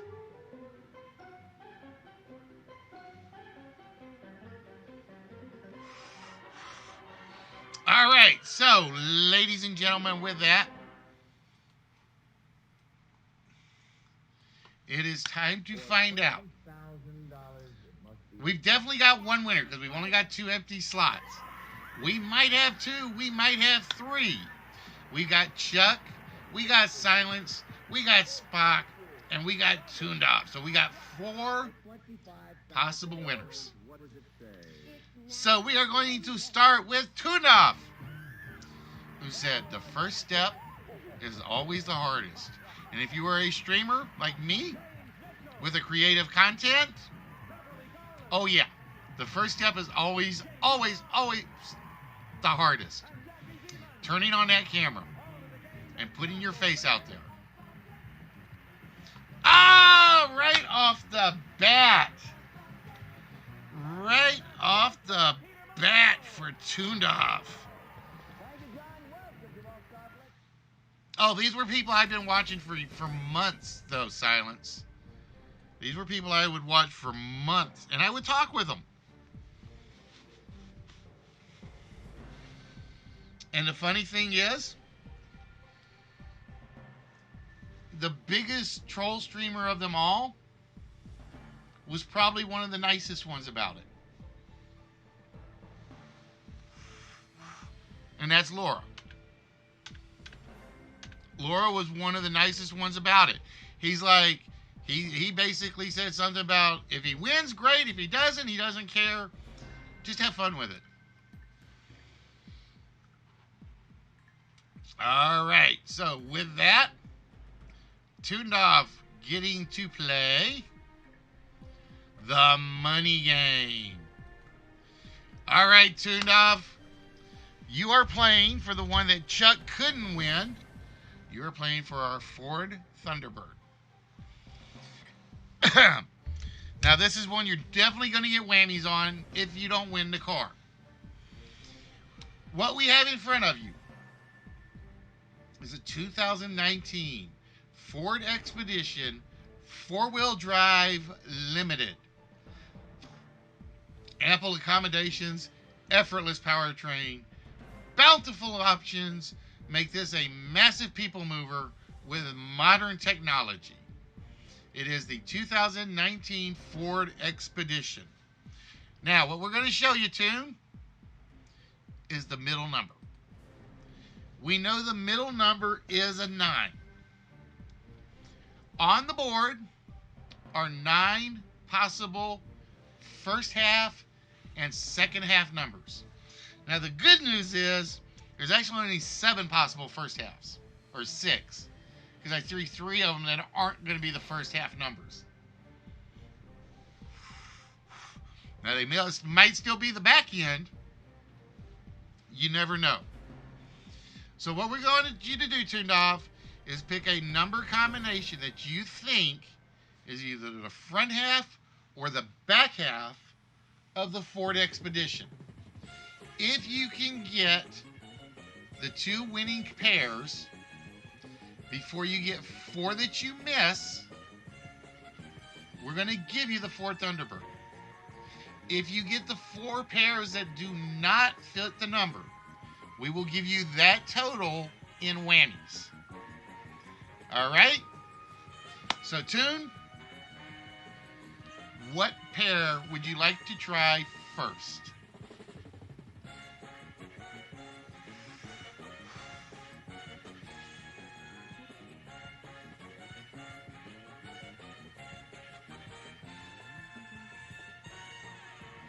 Spock, you always do that when I'm like in the game, don't you? Delve hasn't been around in a while. She still comes by on occasion.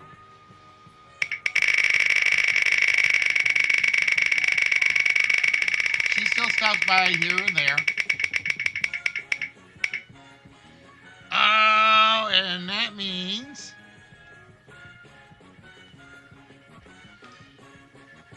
all right, Spock. And just since Spock says it's like kind of off. There you go, Spock. No, if Mrs. Fong was here, she'd have the 4-letter word. But Mrs. Fong's working the night shift, I think.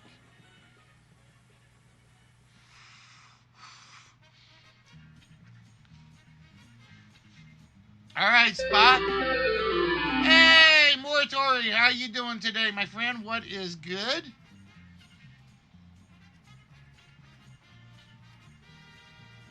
So, Spock, we need a 4-digit number that you think is opening the vault.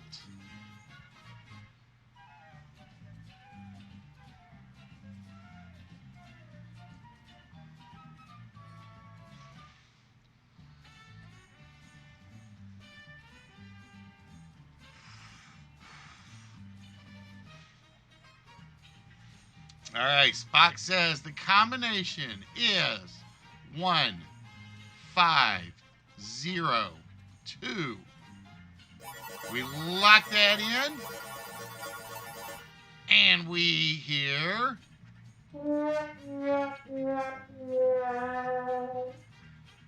I do on occasion silence. I haven't been in a while. The Fallen's internet is bad. Yeah, that's what Fallen said. That's what Fallen has said. No, it was literally the guys that owned the storage set, the storage area, and rented out the church. Just basically up the rent to anybody that wanted to stay. And because she was in one of the big buildings, they jacked her prices up like $5,000 a month or something. I haven't seen her in a while because I haven't been over to Belleville.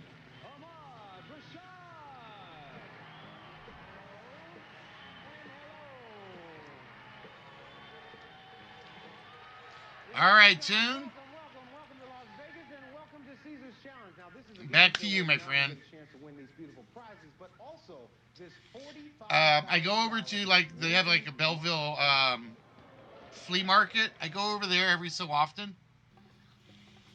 And she's almost always there. All right, so Tune says, we're going to start with the number 30. Tune is hoping to see a W or an N behind the 30. Does he see a W or an N?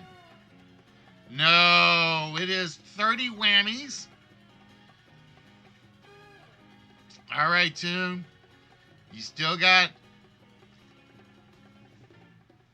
She gave you a toy for free? No, she gives me deals. Like I said, do you remember the $400 statue? The one that Flutter won. It went on eBay. It would sell on eBay for about $425. She sold it to me for like $80.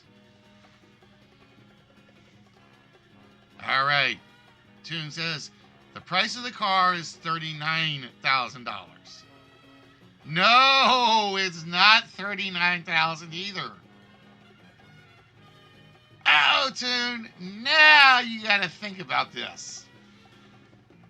Now you got to think about this. You took the two I thought were going to be the obvious possibilities for the front. But apparently, this dealership made a very expensive four-wheel drive limited edition. I don't know how expensive because I haven't looked at the file in forever.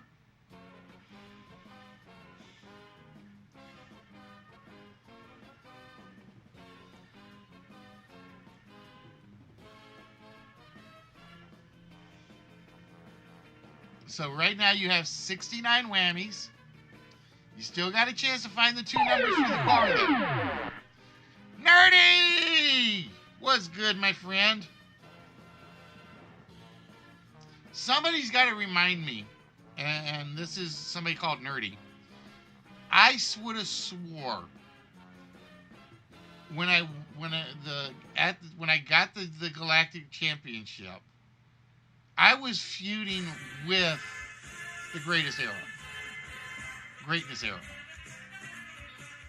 I would have swore that for some reason. All right, Toondoll says 72. Oh, it is not 72. Ouch. All right, Toondoll, you've got to pick either a W or an N on this one.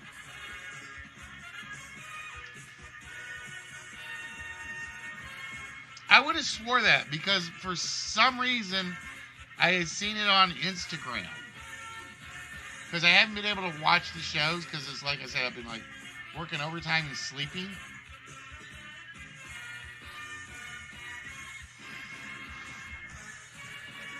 So either my timeline screwed up or Instagram like doesn't post stuff for me until like 3 weeks after it happens.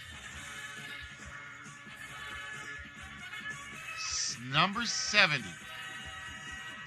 We're looking for anything but a dollar sign. Ah, we found the W. We found the W, Tune. So it is now a 50-50 shot. Well, actually, it's a 1 in 5 shot.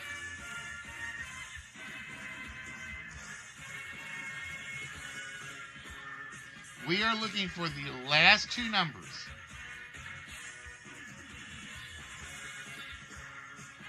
don't think you were, but even if, okay, like I said, if it's made to throw off the audience, I get it.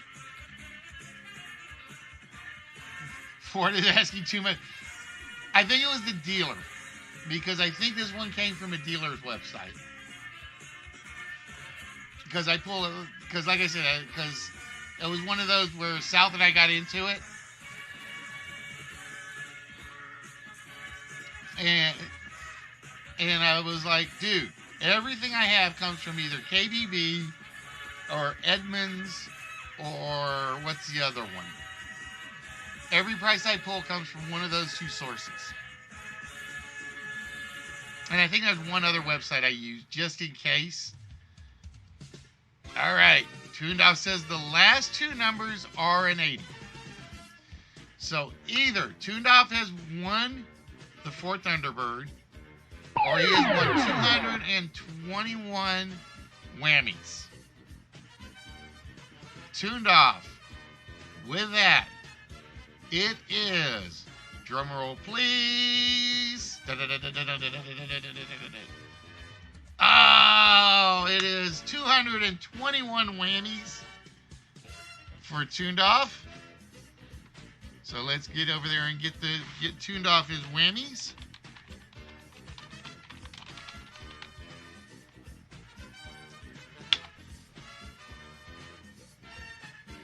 Following will talk very, very, very quiet. He'll talk like Elmer Fudd too. I'm gonna say the actual price probably was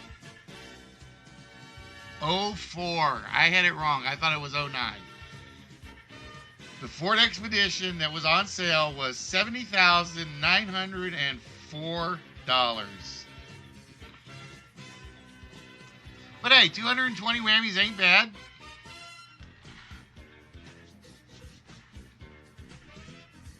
All right, so with that, we jump back over to the list, which is still up.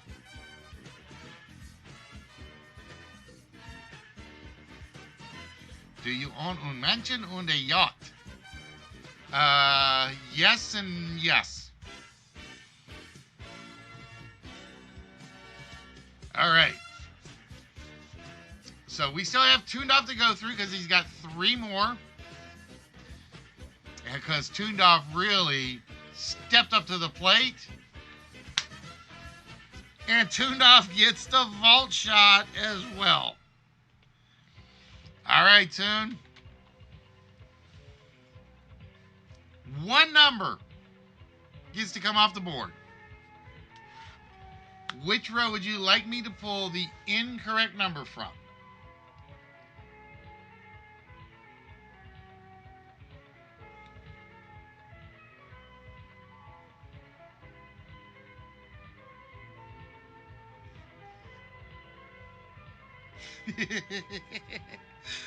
I am Elmer Fudd millionaire.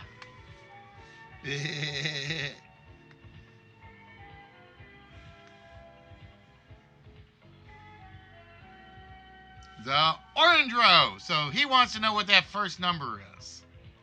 And the first number in our combination is a 5. So we definitely know the first number in the vault is a 5. So with that, Toon, what are the remaining 3 numbers in our vault combination?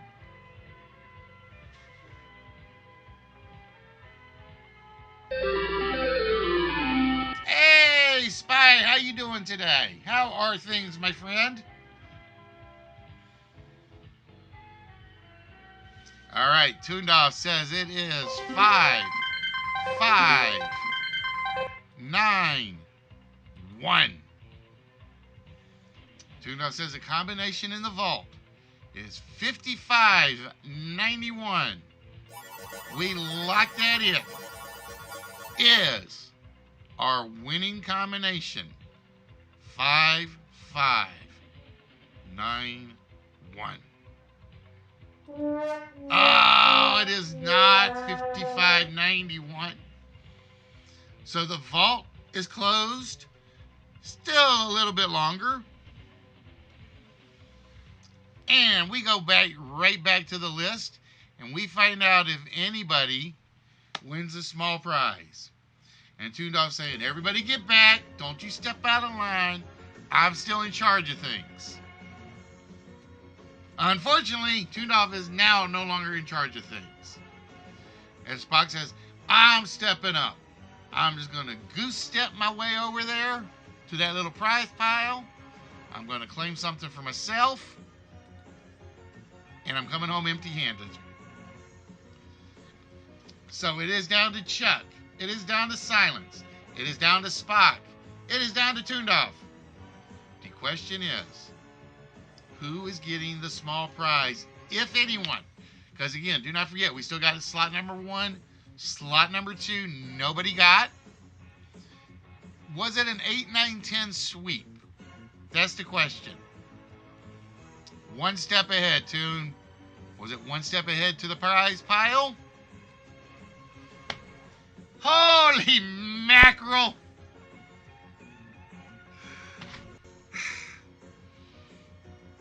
Toondorf sweeping the board tonight.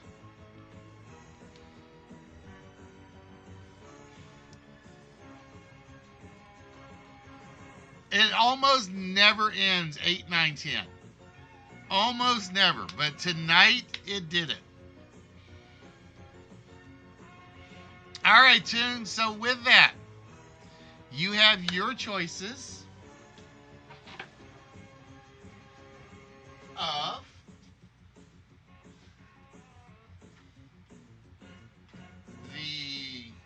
I'm trying to see if there's a model to. Nope.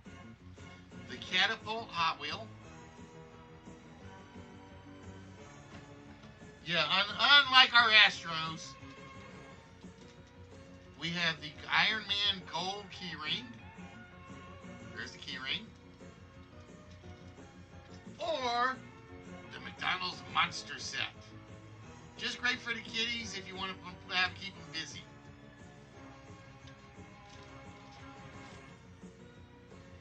So, Toon, which of those three would you like?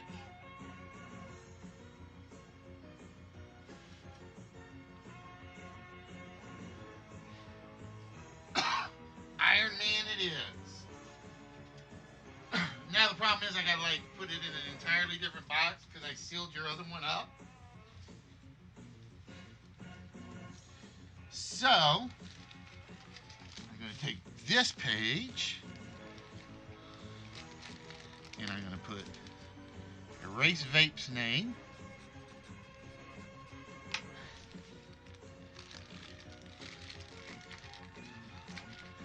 We are going to put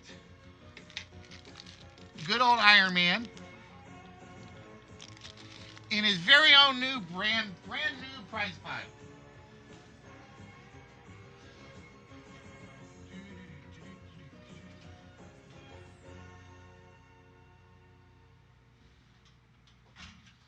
All right. All right, so give me a minute. So what I'm going to do is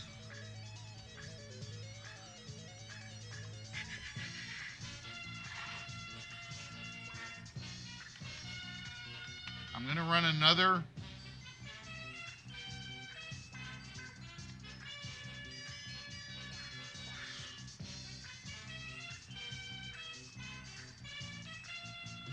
one of those while I go check and make sure my other game is ready. So bear with me. All right, Silence, have yourself a good one, my friend.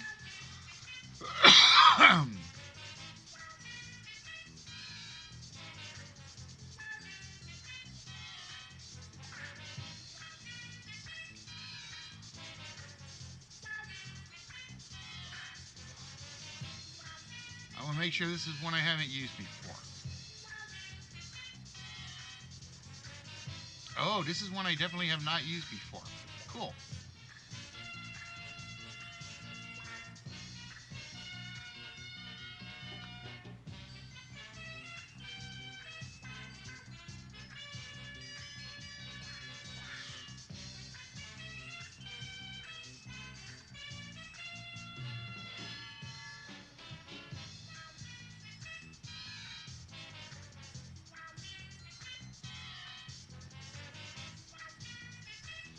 These brand new questions.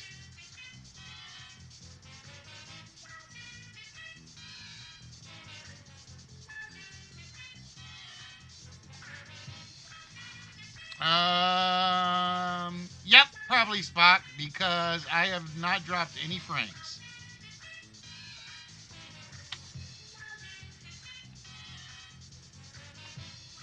All right, you guys are gonna have to give me 1 minute because I gotta run upstairs. So I will be right back, and then we will be doing an open game tonight, ladies and gentlemen.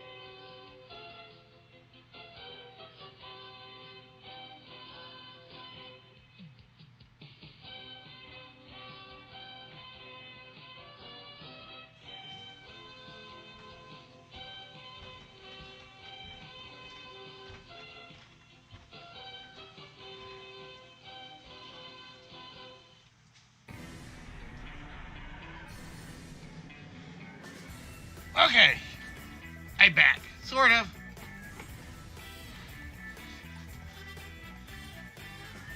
See, I know what's gonna happen. Chuck's gonna go through the alphabet for the first letters, and he's gonna say, "I used up every word," and I'm gonna be like, "No, you didn't."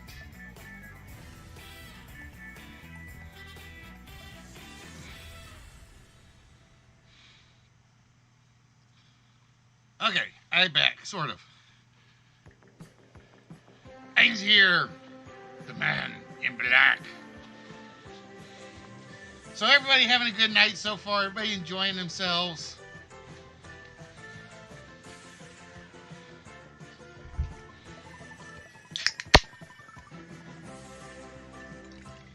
And if not, why not? Tell me why. Tell me what we can do to make it work for you. That's always the key question.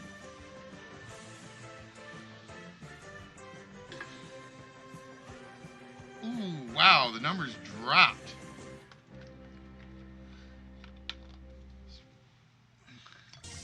I'm waiting for Spock to get on and say, nope, it's still down. I'm going to be like, wait a minute, that can't be right because I still got people talking and chatting.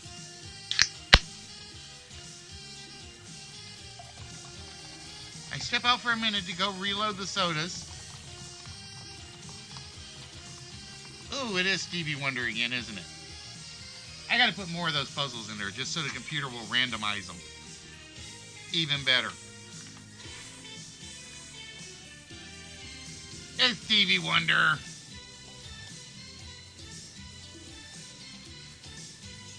And you would think, like, with 53 puzzles in there, that would be enough for the computer to, like, pick better random ones.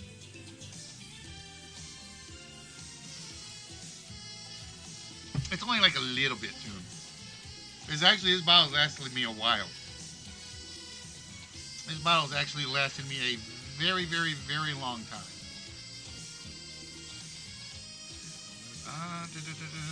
That puts Chuck up to 637 whammies.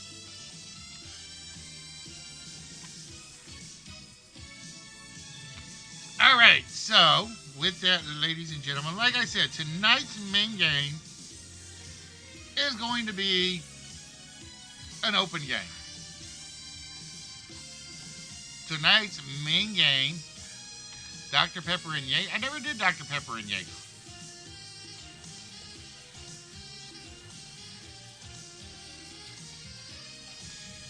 the game of Bullseye. And basically what it is think of it sort of along the lines of topics and questions that are determined randomly. It's literally every topic, every question is random. And like I said, the version I'm working on is going to even be better. At least I think it's going to be better.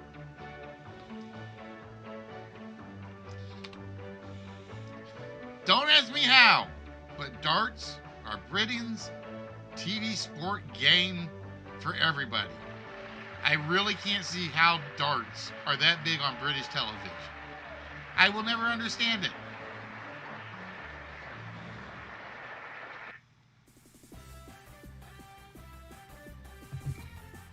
And the rules are kind of all screwed up, so bear with me. You see on the board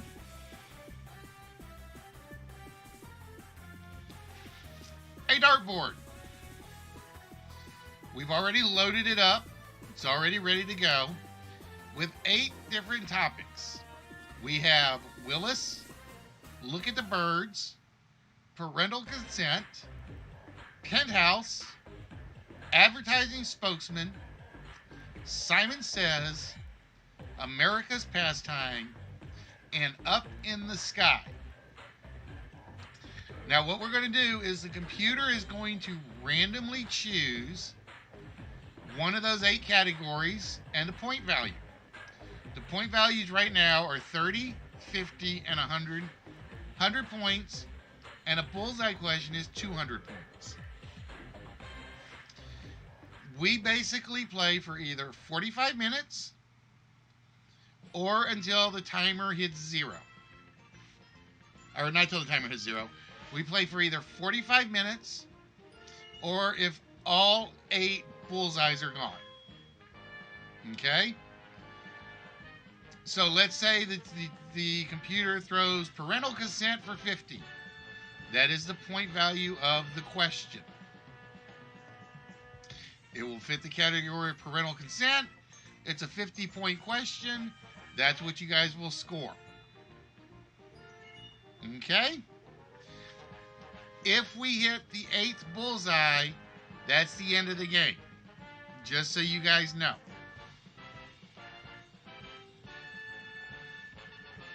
So, with that, ladies and gentlemen, it's time to play a little bit of darts. And we are going to throw the first dart.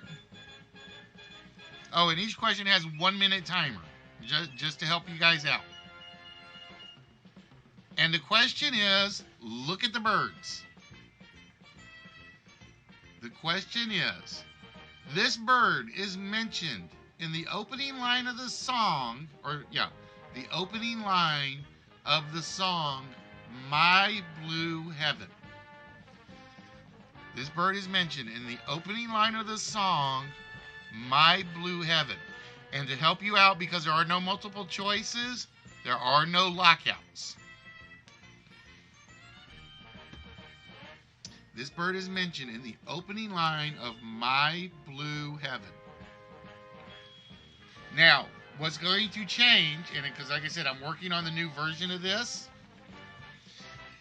is the next version will consist of multiple choice, but it will also consist of lockouts. Nope, not the bluebird.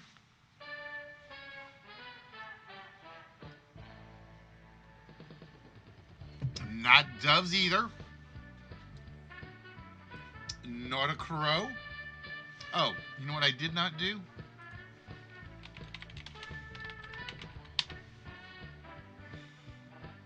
There we go. Not an eagle.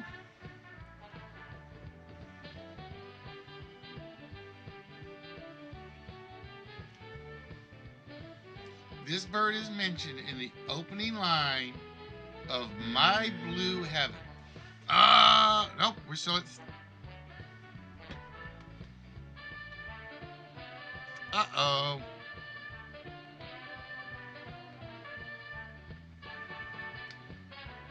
That's not good.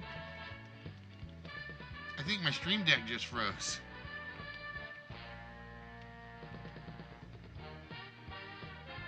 My stream deck froze. Damn it. Give me a second.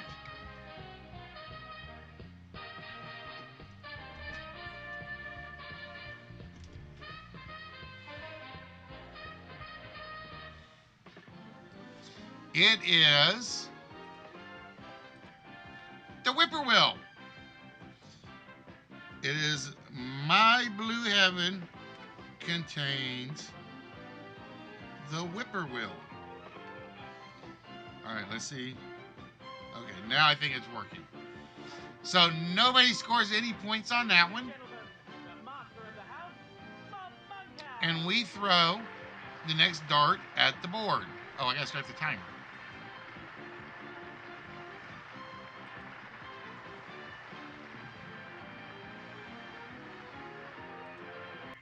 And it is advertising spokesman for 30.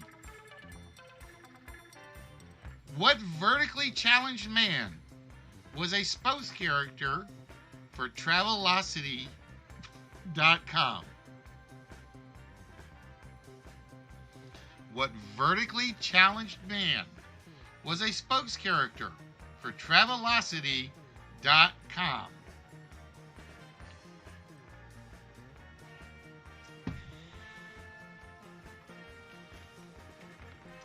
Nope, not Shatner. He may have been short, but he wasn't vertically challenged.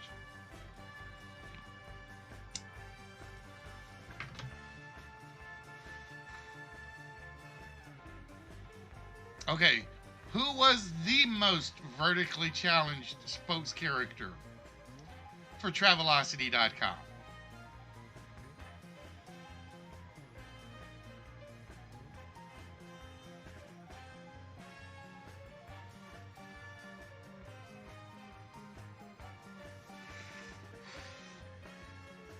Nope, not Mini-Me.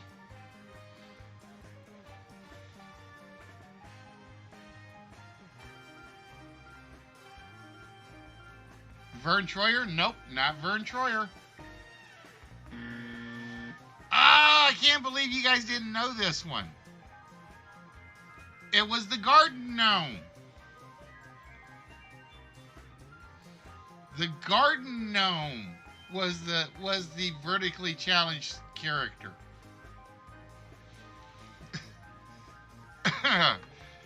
All right, ladies and gentlemen, the next dart on the board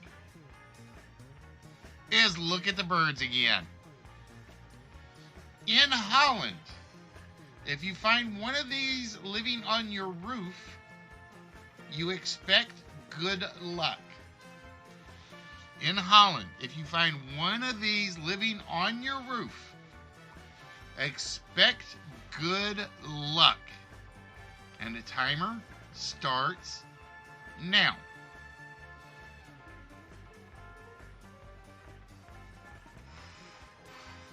Nope, not a goose. Yes, Spock, this is an open game. Not a crane.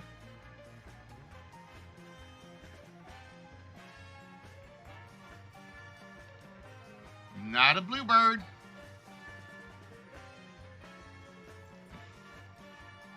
Redbird, nope. Raven, nope. Chicken, nope. In Holland, if you find one of these living on your roof, you can expect good luck.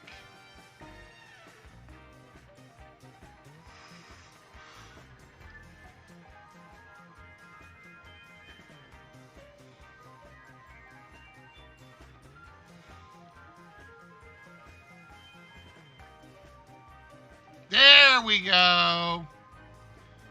It is the stork. If you have a stork living on your roof in Holland, you can expect very, very good luck. All right, so Chuck is on the board.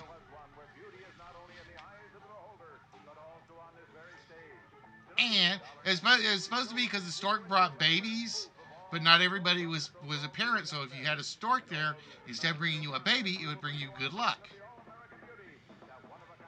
The next category and point value. Parental consent. Luis Colon, grandson of this explorer, was banished to Africa, apparently for having 3 wives. Luis Colon, grandson of this explorer, was banished to Africa, apparently for having 3 wives.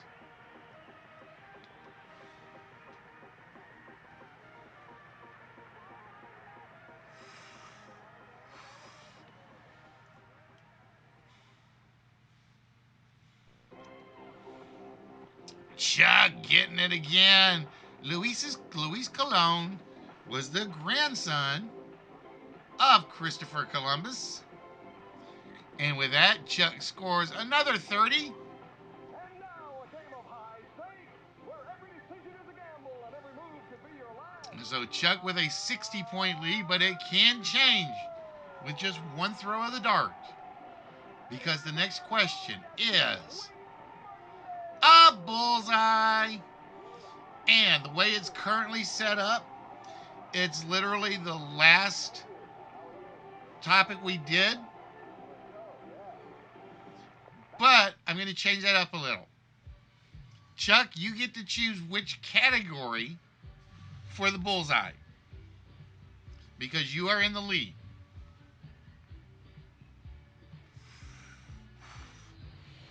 We have Willis, Look at the Birds, Parental Consent, Penthouse, Advertising Spokesman, Simon Says, America's Pastime, and Up in the Sky. All right, Chuck says, let's do Willis. Here is the question. In 1860 to 1861, Burke and Willis, an Irishman and an Englishman, crossed this continent from south to north. In 1860 and 1861, Burke and Willis, an Irishman and Englishman, crossed this continent south to north.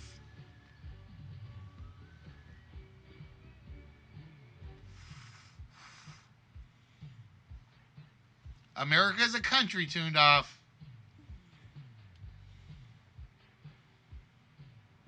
We have countries and then we have continents.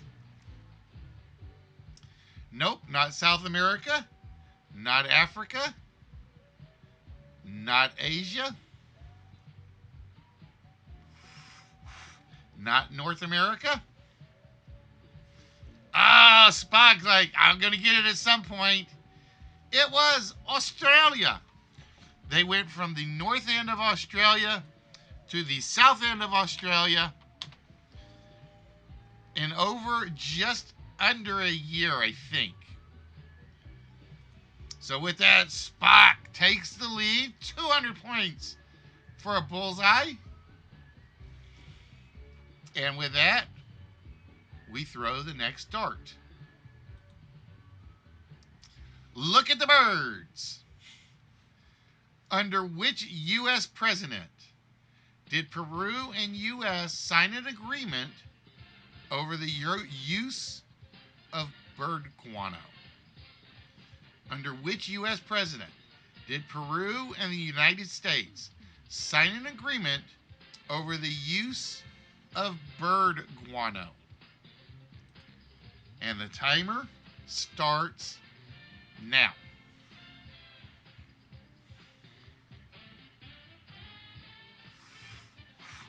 Nope, not Theodore Roosevelt.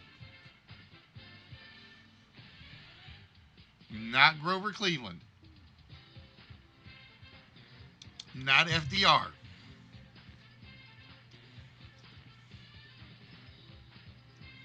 And it was literally, this agreement prevented Peru and the U.S. from supposedly going to war. Supposedly. Or kept them out of a war. I can't remember. Not Hoover. Not Eisenhower.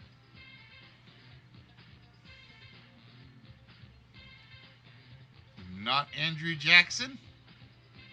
Under which U.S. president did Peru and the United States sign an agreement over the use of bird guano?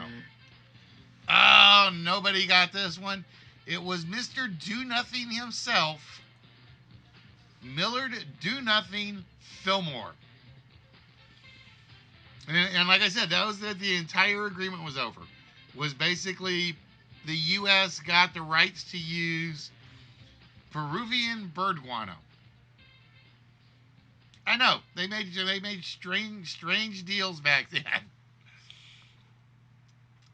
All right, ladies and gentlemen, the next dart on the board is parental consent. The island country in which Ronald Reagan's paternal great-grandparents were born.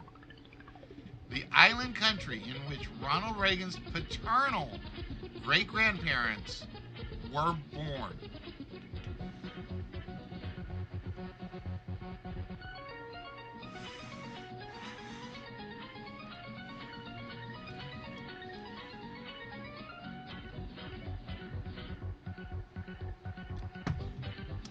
Chuck wasting no time.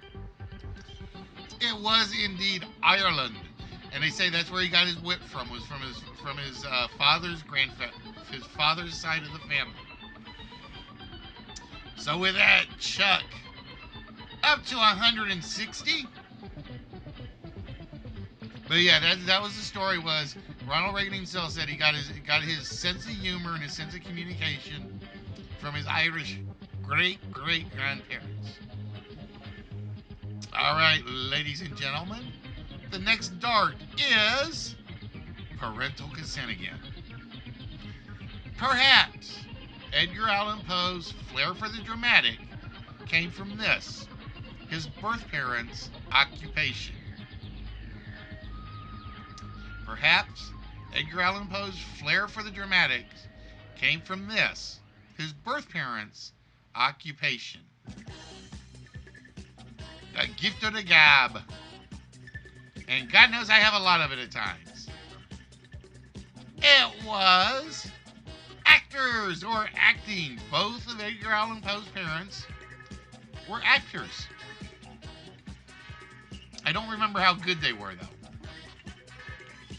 So with that, Chuck takes a 10-point lead. That means Chuck is in control of the bullseyes at the moment, but it's only a 10-point lead. And it is a 50-point question. Which car company used Lion Joe as a spokesman, claiming things like the car has 94 miles to the gallon city, 112 miles to the gallon highway?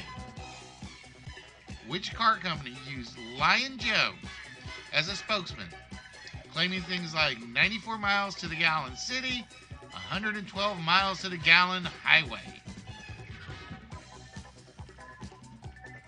Nope, not Chevy.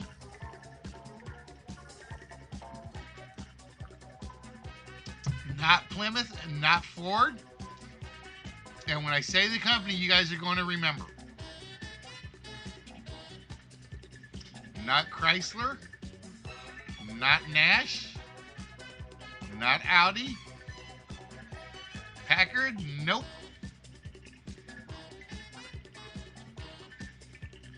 Cadillac, nope. GMC, nope. AMC, nope. Not Jeep either. Which car company used Lion Joe as a spokesman, claiming their cars could have 94 miles to get to the city or 112 miles to the gallon highway? Nope, not Edsel. It was Lion Joe Isuzu. You guys got to remember the Lion Joe commercials. He would come up with all sorts of really ridiculous statements you knew weren't true, and the punchline was always, "Yeah, he's lying, but he's closer to the truth than you expect." You guys don't remember Joe Isuzu? See, I knew somebody would remember, and they were funny as heck. They were always funny because the claims were ridiculous. It was, what was it? Isuzu had the little mini pickup truck, and he would swear that it could carry the entire P.T. Barnum's elephant circus in it. So they had so one of the commercials had elephants literally step on the back, step over the truck, and step on the ground. And he would just, and that's all it was a chain of elephants. And then they'd stop, and the last elephant would actually stand in the truck, and then it would go. And it's like, we can't carry a load of elephants, but do you really need to carry one? All right, ladies and gentlemen, the next dart. America's pastime.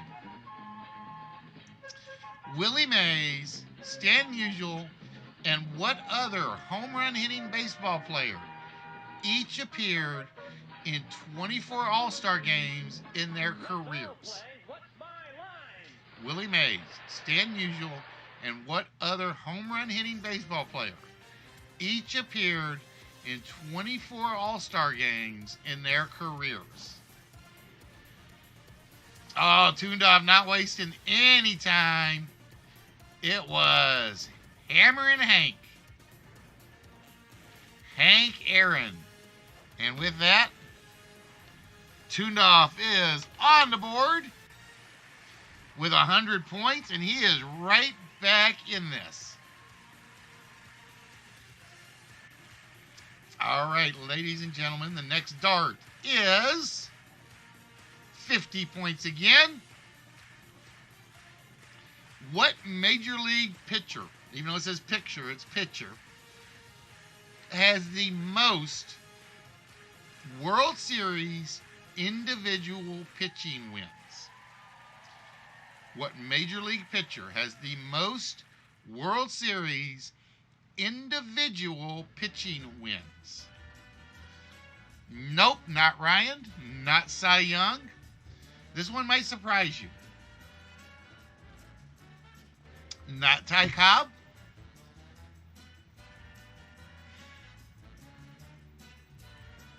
Not Eckersley.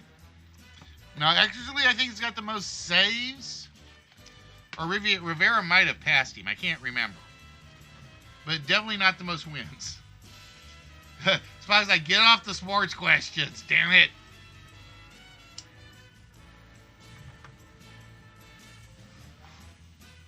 Not Krusty the Clown.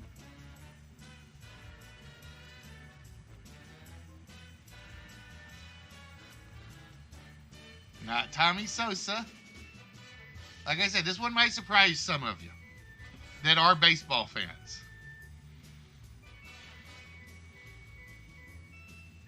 What major league pitcher has the most World Series? And my damn thing froze up again. Damn it.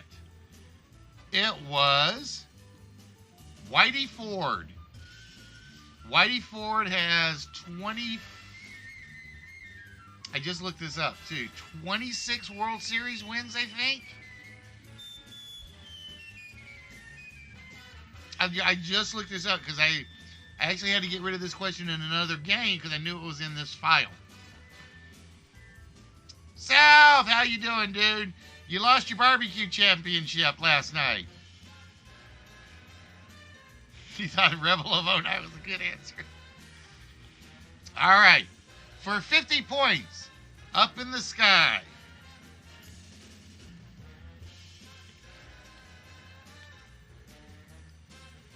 In the Adventures of Superman, in the 1950s.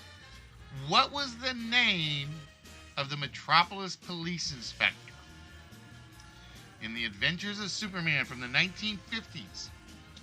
What was the name of the Metropolis police inspector? Nope, not Gordon. And I will give credit if you get just the last name.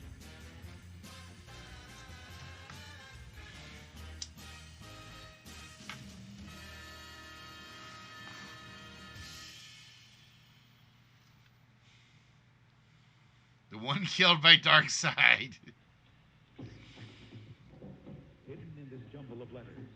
Because the funny thing was, he was an important character in that serial.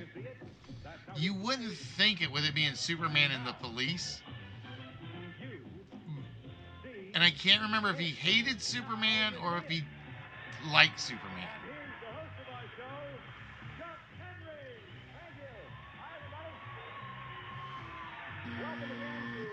It is Mr. William Henderson. William Henderson was the name of the Metropolis police inspector. All right, ladies and gentlemen, the next dart is a bullseye. And Chuck, you have the lead by 10. So you get to choose the next category.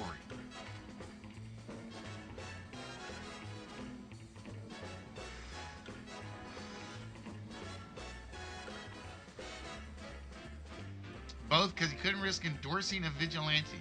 Superman wasn't really a vigilante, though. Not in the 50s. He was the all-American Superman. All right, Chuck says, let's go for the penthouse question. While it now means the most expensive unit on a roof, a penthouse was originally what attached to a building? While it now means the most expensive unit on a roof, a penthouse was originally what attached to a building?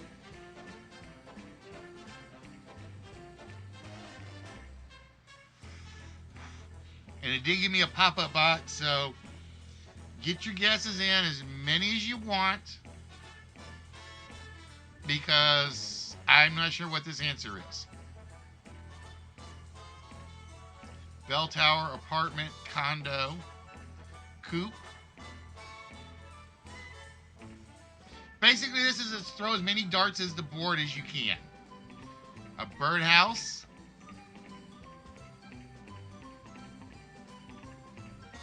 A suite.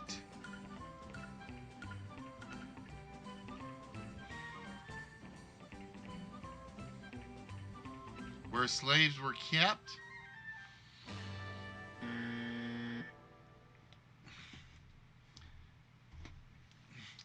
It was a shed.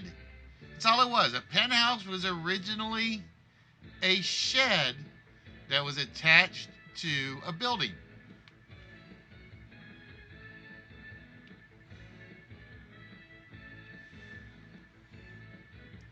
All right, no bullseye for that one.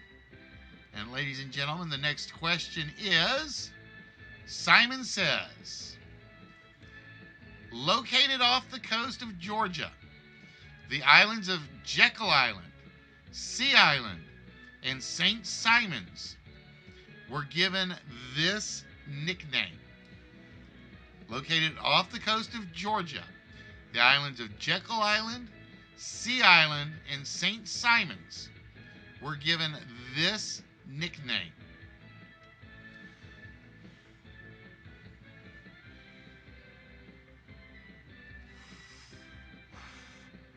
I think you just have to put the style, not the columns.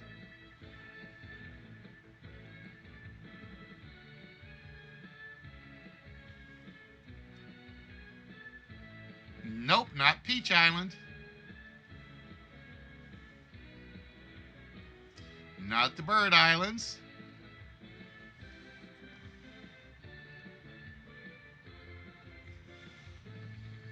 And like I said, This will be pretty much the last game where these are just like open answered questions, because the next version of this, they're going to be multiple choice. And I expect to have it finished tomorrow or this weekend. Not the Georgian Islands. They were known as the Golden Isles. They were known as the Golden Isles. All right, ladies and gentlemen, the next dart is another bullseye. And Chuck, you are still in the lead. So which of the remaining 6 categories would you like?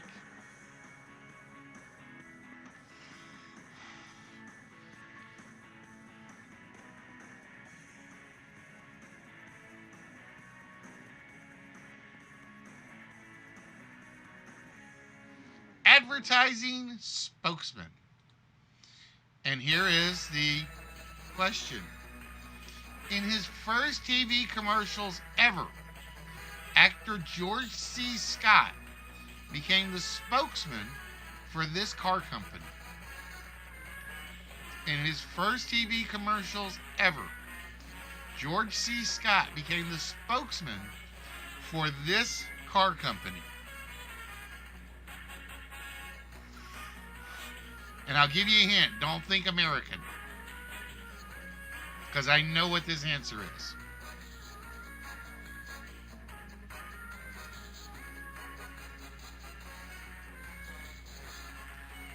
Which is the amazing thing.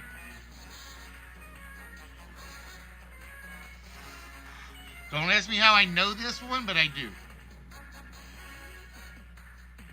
We have Jaguar, Edsel, BMW, Mercedes, VW, Renault, Volkswagen,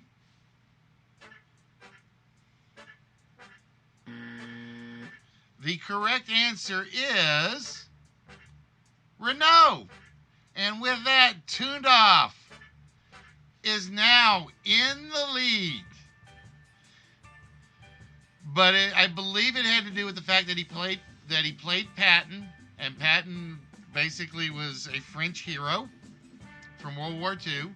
And because of that, they asked George C. Scott to become a spokesman for their company. And that was the first TV commercials George Scott ever did.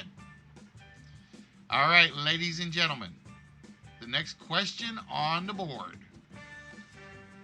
And it's another bullseye. And Tuned Off, you have taken the lead, which means you get to choose from the 5 remaining categories.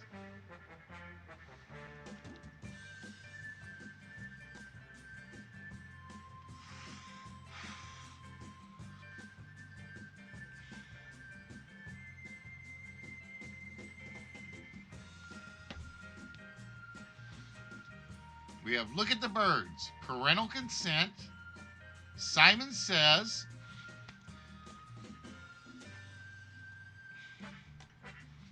I'm telling you guys, he's got that thing on a damn timer.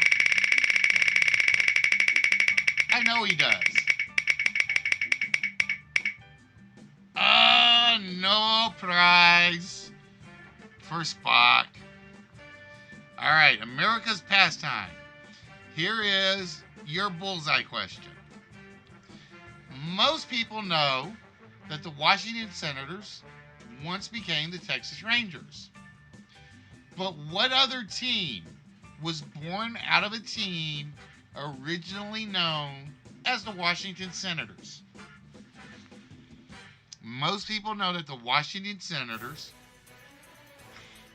became the Texas Rangers. It's a timer. I know what it is. But what other team was born out of a team known as the Washington Senators? Yes, folks, that is the truth. There have been 3 Washington Senators teams. There's the one that became the Texas Rangers. There's the one that's currently in the World Series. And then there is a third Washington Senators team. What did the third team become? New York Yankees? Don't forget, it's a bullseye. You guys can guess as many teams as you like. The Boston Red Sox, the Cleveland Indians,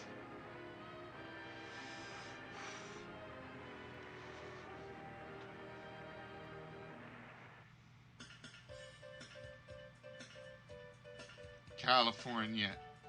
California for Spock is the question.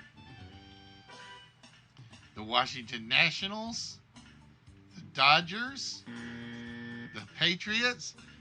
Believe it or not, the third team, the Minnesota Twins, were originally a Washington Senators team. The Minnesota Twins literally moved from Washington to Minnesota and became the Twins. I'm trying to remember if they became the Twins or if they had another name before that.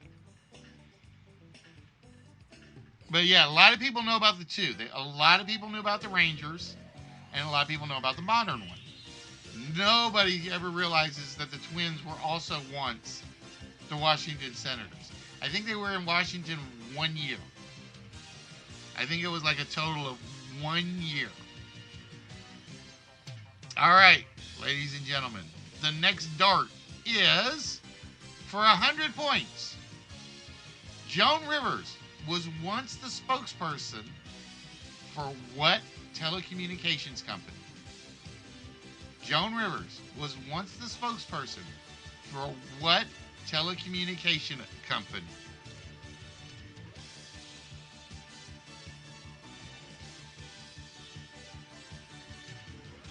Nope, not AT&T.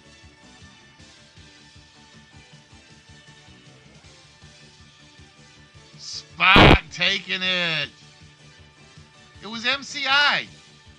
They were the she was the spokesmodel for MCI. And with that, Spock has tied the game up. So we've got 3 players, and this is very, very, very close. All right, ladies and gentlemen, the next question on the board. For 100 points, what men's magazine sold $115 million worth of ads in 2000, more than Playboy and Penthouse combined? What men's magazine sold $115 million in ads in 2000, more than Playboy and Penthouse combined? Oh, Toondoff didn't waste any time. It was Maxim. It was indeed Maxim. No, Hustler's always been like down on the low end.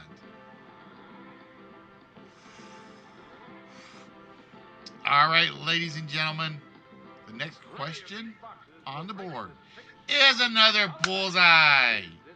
And Toondoff, you are back in the lead, which means you get to choose the category.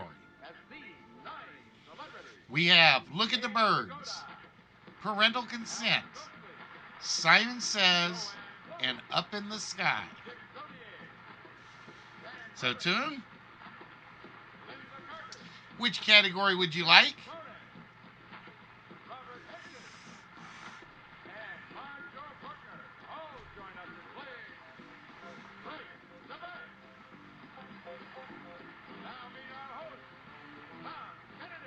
Up in the Sky it is. And here is the bullseye question. In George Bernard Shaw's Man and Superman, who is the young lady for whom John Tanner is named guardian? In George Bernard Shaw's Man and Superman, who is the young lady for whom John Tanner is named guardian? And remember, it's a bullseye question. Throw out as many answers as you can in a minute.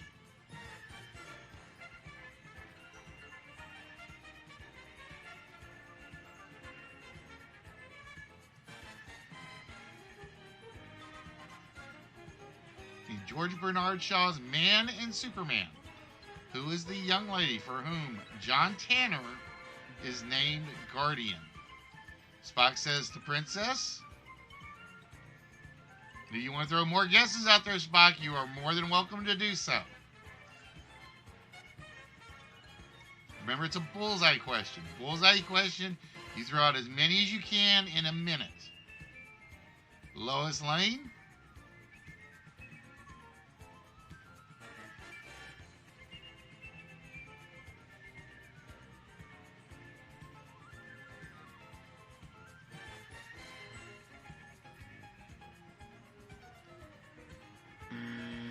Time is up. The correct answer is Anne Whitfield. Anne Whitfield. So nobody gets that bullseye. And here is the next question. For 50 points, Simon Rodia built these fairy tale structures in a South Los Angeles ghetto. Simon Rodia built these fairy tale structures in a South Los Angeles ghetto.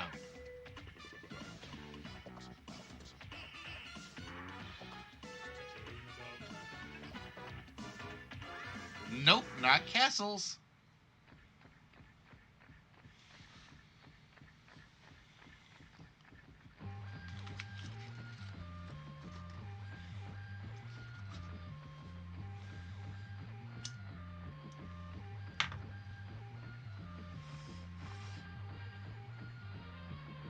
Simon Rodia built these fairy tale structures in a South Los Angeles ghetto.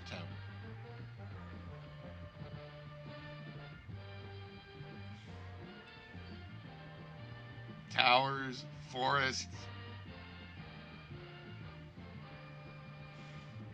cottages. Nope. I will say you got to be a little more specific, Spock. One of your answers is actually good, but I can't take it. He built the Watts Towers.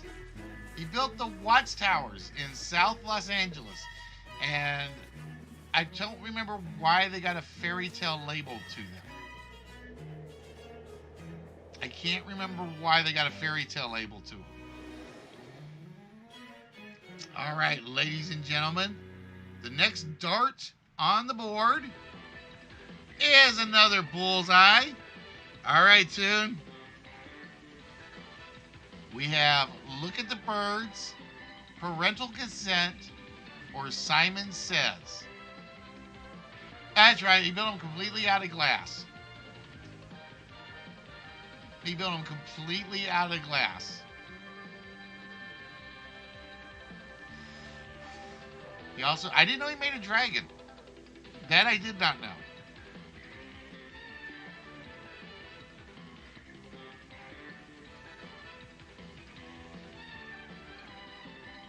All right, Simon Says.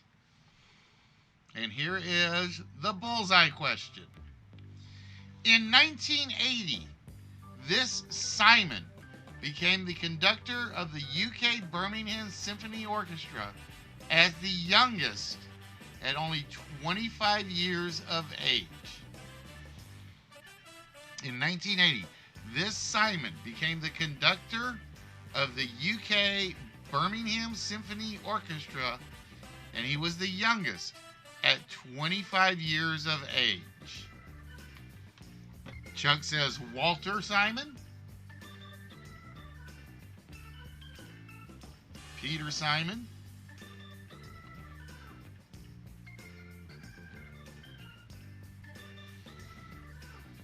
I have to go look that one up. I don't remember the dragon. Paul Simon.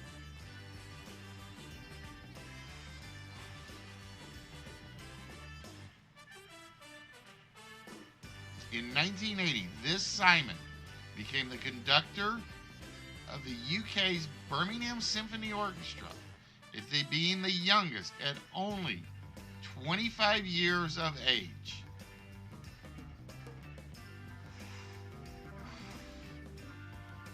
Henry, George.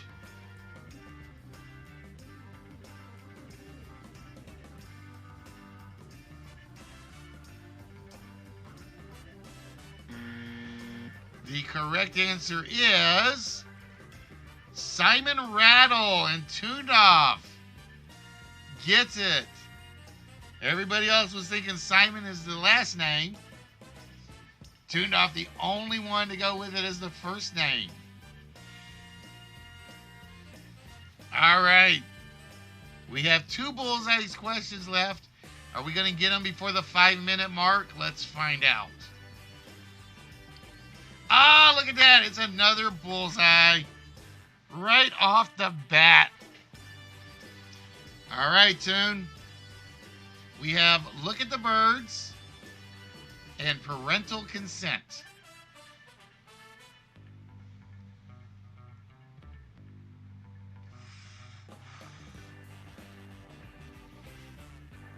Hey, you get the 2 bullseyes, Chuck. You're taking by 10 points.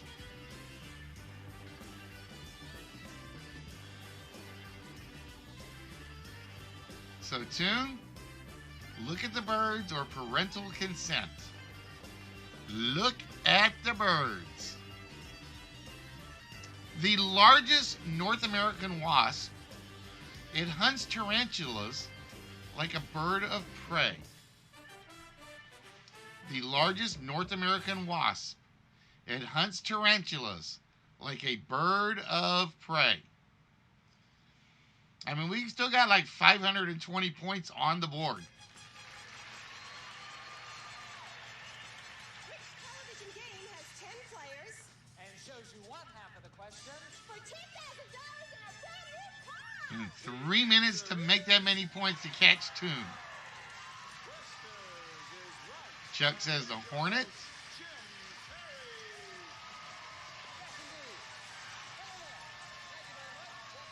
Spock says Yellow Jacket. Chinese Hornet. The largest North American wasp. It hunts tarantulas like a bird of prey. South says European Hornet.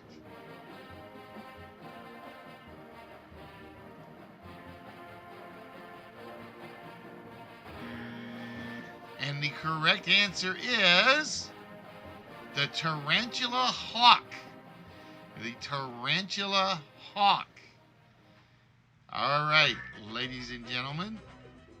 The next question. For 50 points.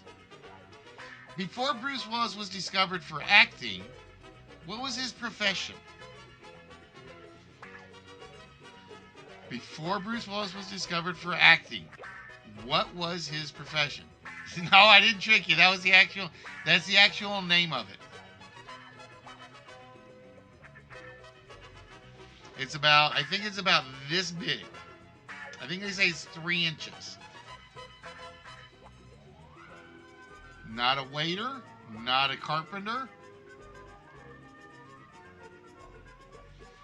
That was Harrison Ford. It was a carpenter. And I know that because I've had that question on the show before.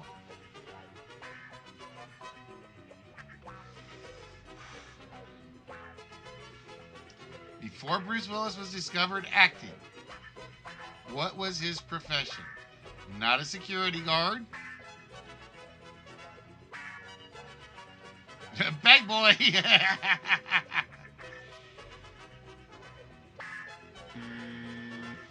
He was a bartender. He was a bartender before he got his first acting gig.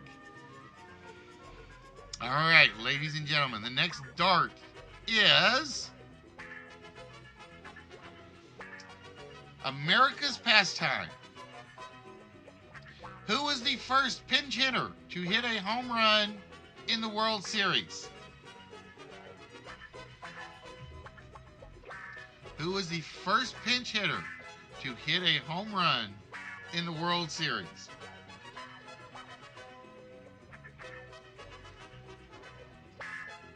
And if you like that overrated team, you should know this.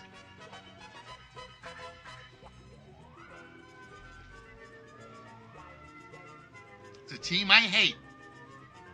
and they're not in the World Series.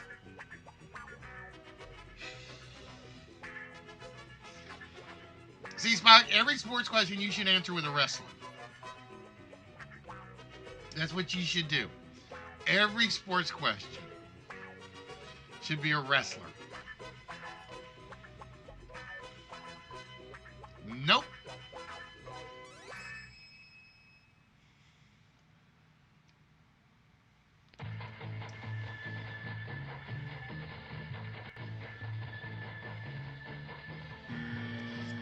It was the man of the greatest quotes of baseball. The most quotable, most lovable New York Yankee of all times. Yogi Berra. And I did not know that till I looked it up. I honestly did not know that until I actually did put this game together. It was his rookie year. Wrong sports. But yeah, Yogi Berra, 19. Oh no, South, you got to know. Spock hates. It's basically if I ever put together a sports game, and I have thought about doing it, sort of like the 2-minute drill or something. Spock will not play it. He hates sports. Yogi Bear isn't a person, he's a cartoon. But ladies and gentlemen, we are out of time. And let's see, how many questions did he answer total? 100, 200, 100. I think answering 4 questions total correctly. He got a 100-point question, a 200-point question, a 100-point question, and a bullseye. It is Tuned Off who takes the bullseye game. So congratulations, Toon. Now I remember what I got to fix in my new version of this. Because my new version has the computer picking the categories, which I don't want it to do. So I got to fix that. So congratulations to Mr. Tuned Off,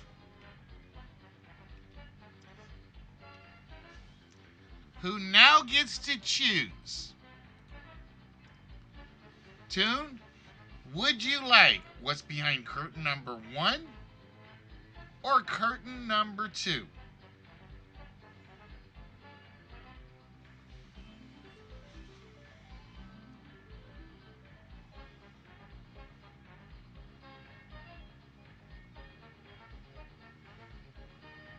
And you know the amazing thing? I think other than Spock, because I'm watching the marquee. I think other than Spock, who basically split with Heavy on the jackpot game Tuesday, I think every game has had a different winner.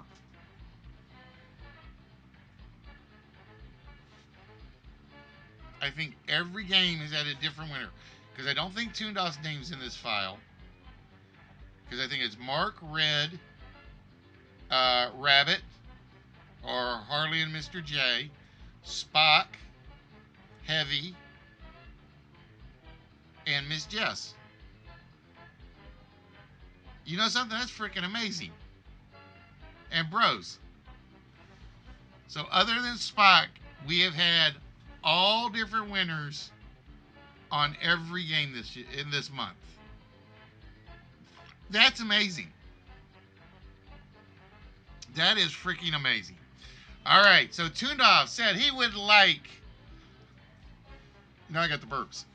What's behind curtain number 2?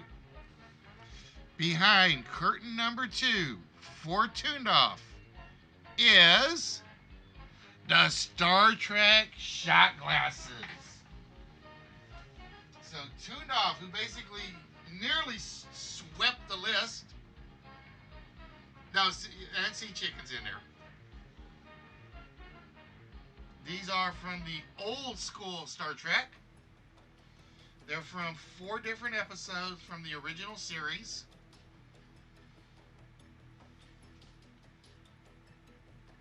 And why is my camera not showing them?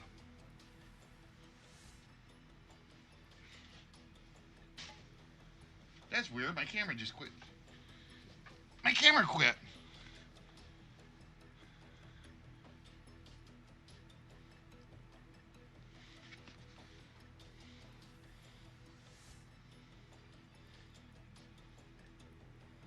There we go. So congratulations, Toon. Those are now yours. Yeah, it was like my camera just froze. I don't know why.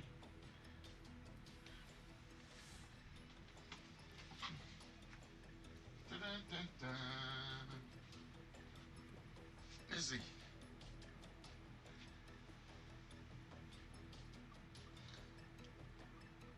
My camera completely froze. Huh. That's weird.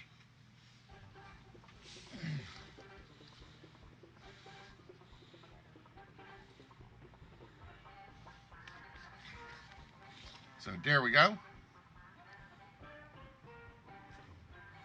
No, my other camera's working. I don't know why. I don't know why that one quit though.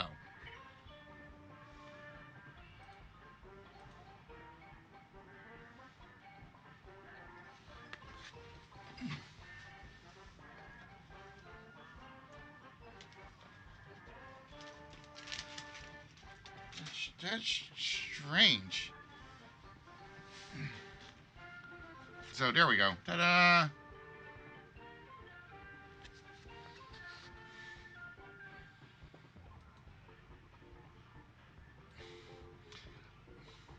Oh, I remember why. Damn it. Um, because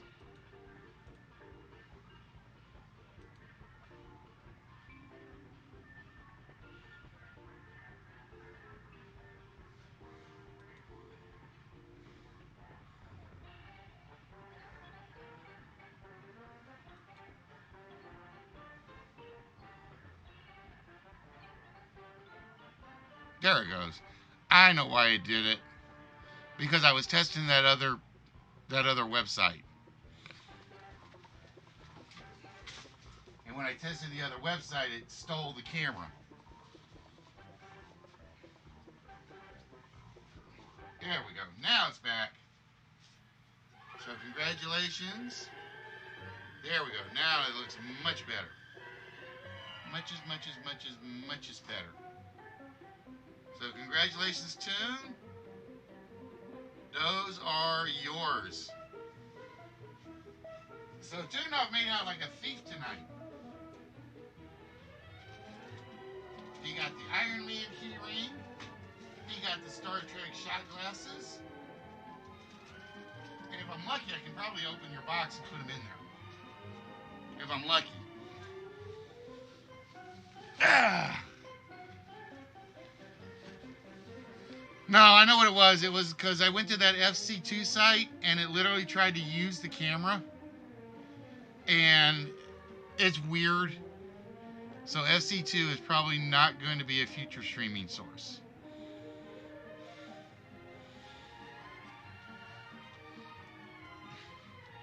Which really sucks, because I want to stream to Koreans. Alright, guys. So with that, we are going to wrap things up tonight. I hope everybody enjoyed themselves. Hope you guys liked the Bullseye game. And just to show you, it is going to be changing in the next very near future.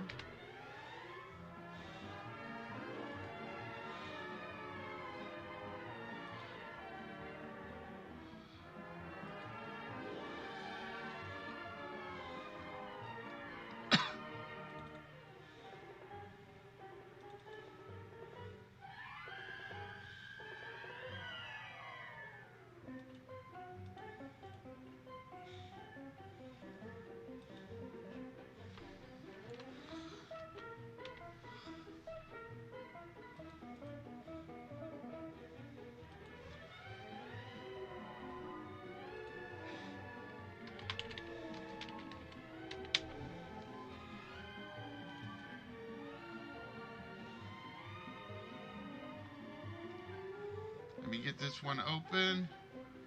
Do, do, do, do, do, do, do.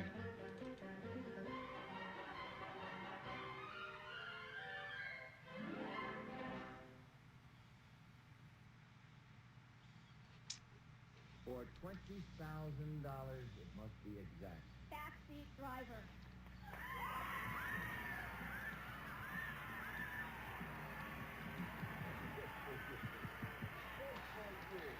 And I am just going to $25,000, what is move it? that out of the way. Now or never.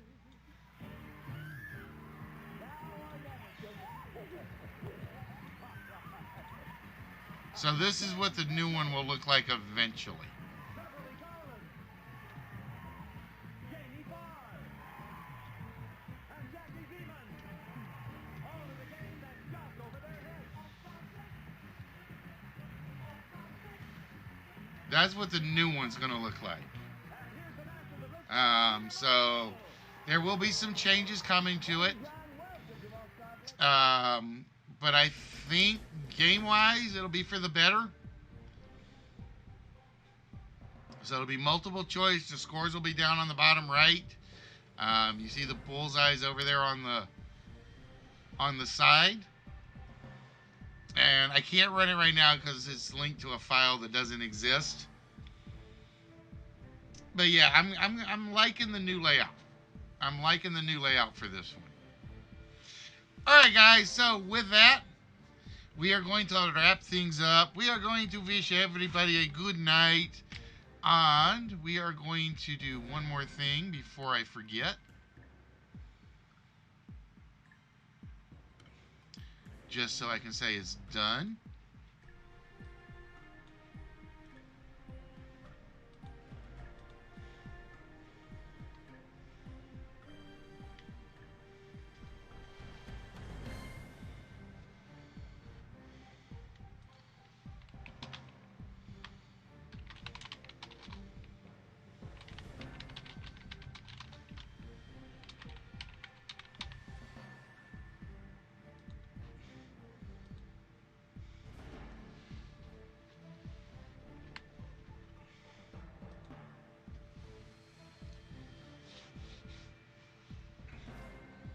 But yeah, the part I'm going to keep is I'm going to keep the minute timer on the bullseyes where you guys just guess as many answers as you think there are.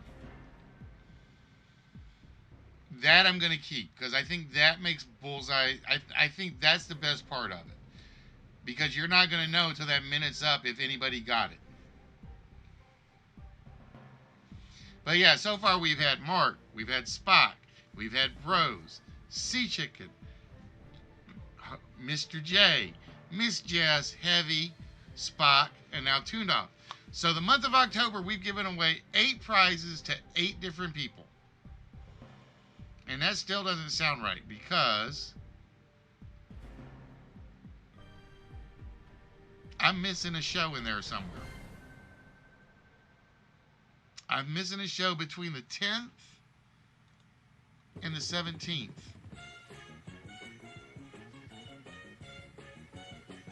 15th. So I'm missing the 12th. I don't remember what we played on the 12th. I have to go back and look. All right, guys. But like I said, with that, we're going to wish each and every one of you a very good night. We're going to hope you guys enjoyed yourselves. Hope you guys had fun. Do not forget, we're going to have a special guest here Saturday. And it is not Paul. Paul is in hiding tonight. But as we always say around here to wrap things up, exercise your body. I'm with you 100% of the way. But never, ever, ever forget, these muscles need as much exercising as these muscles. So with that, guys, we are going to wish each and every one of you a very good night. Be good to yourselves. Be good to each other. Be good to a stranger. What can it hurt? So with that, ladies and gentlemen, have yourselves a very good evening, and we will see y'all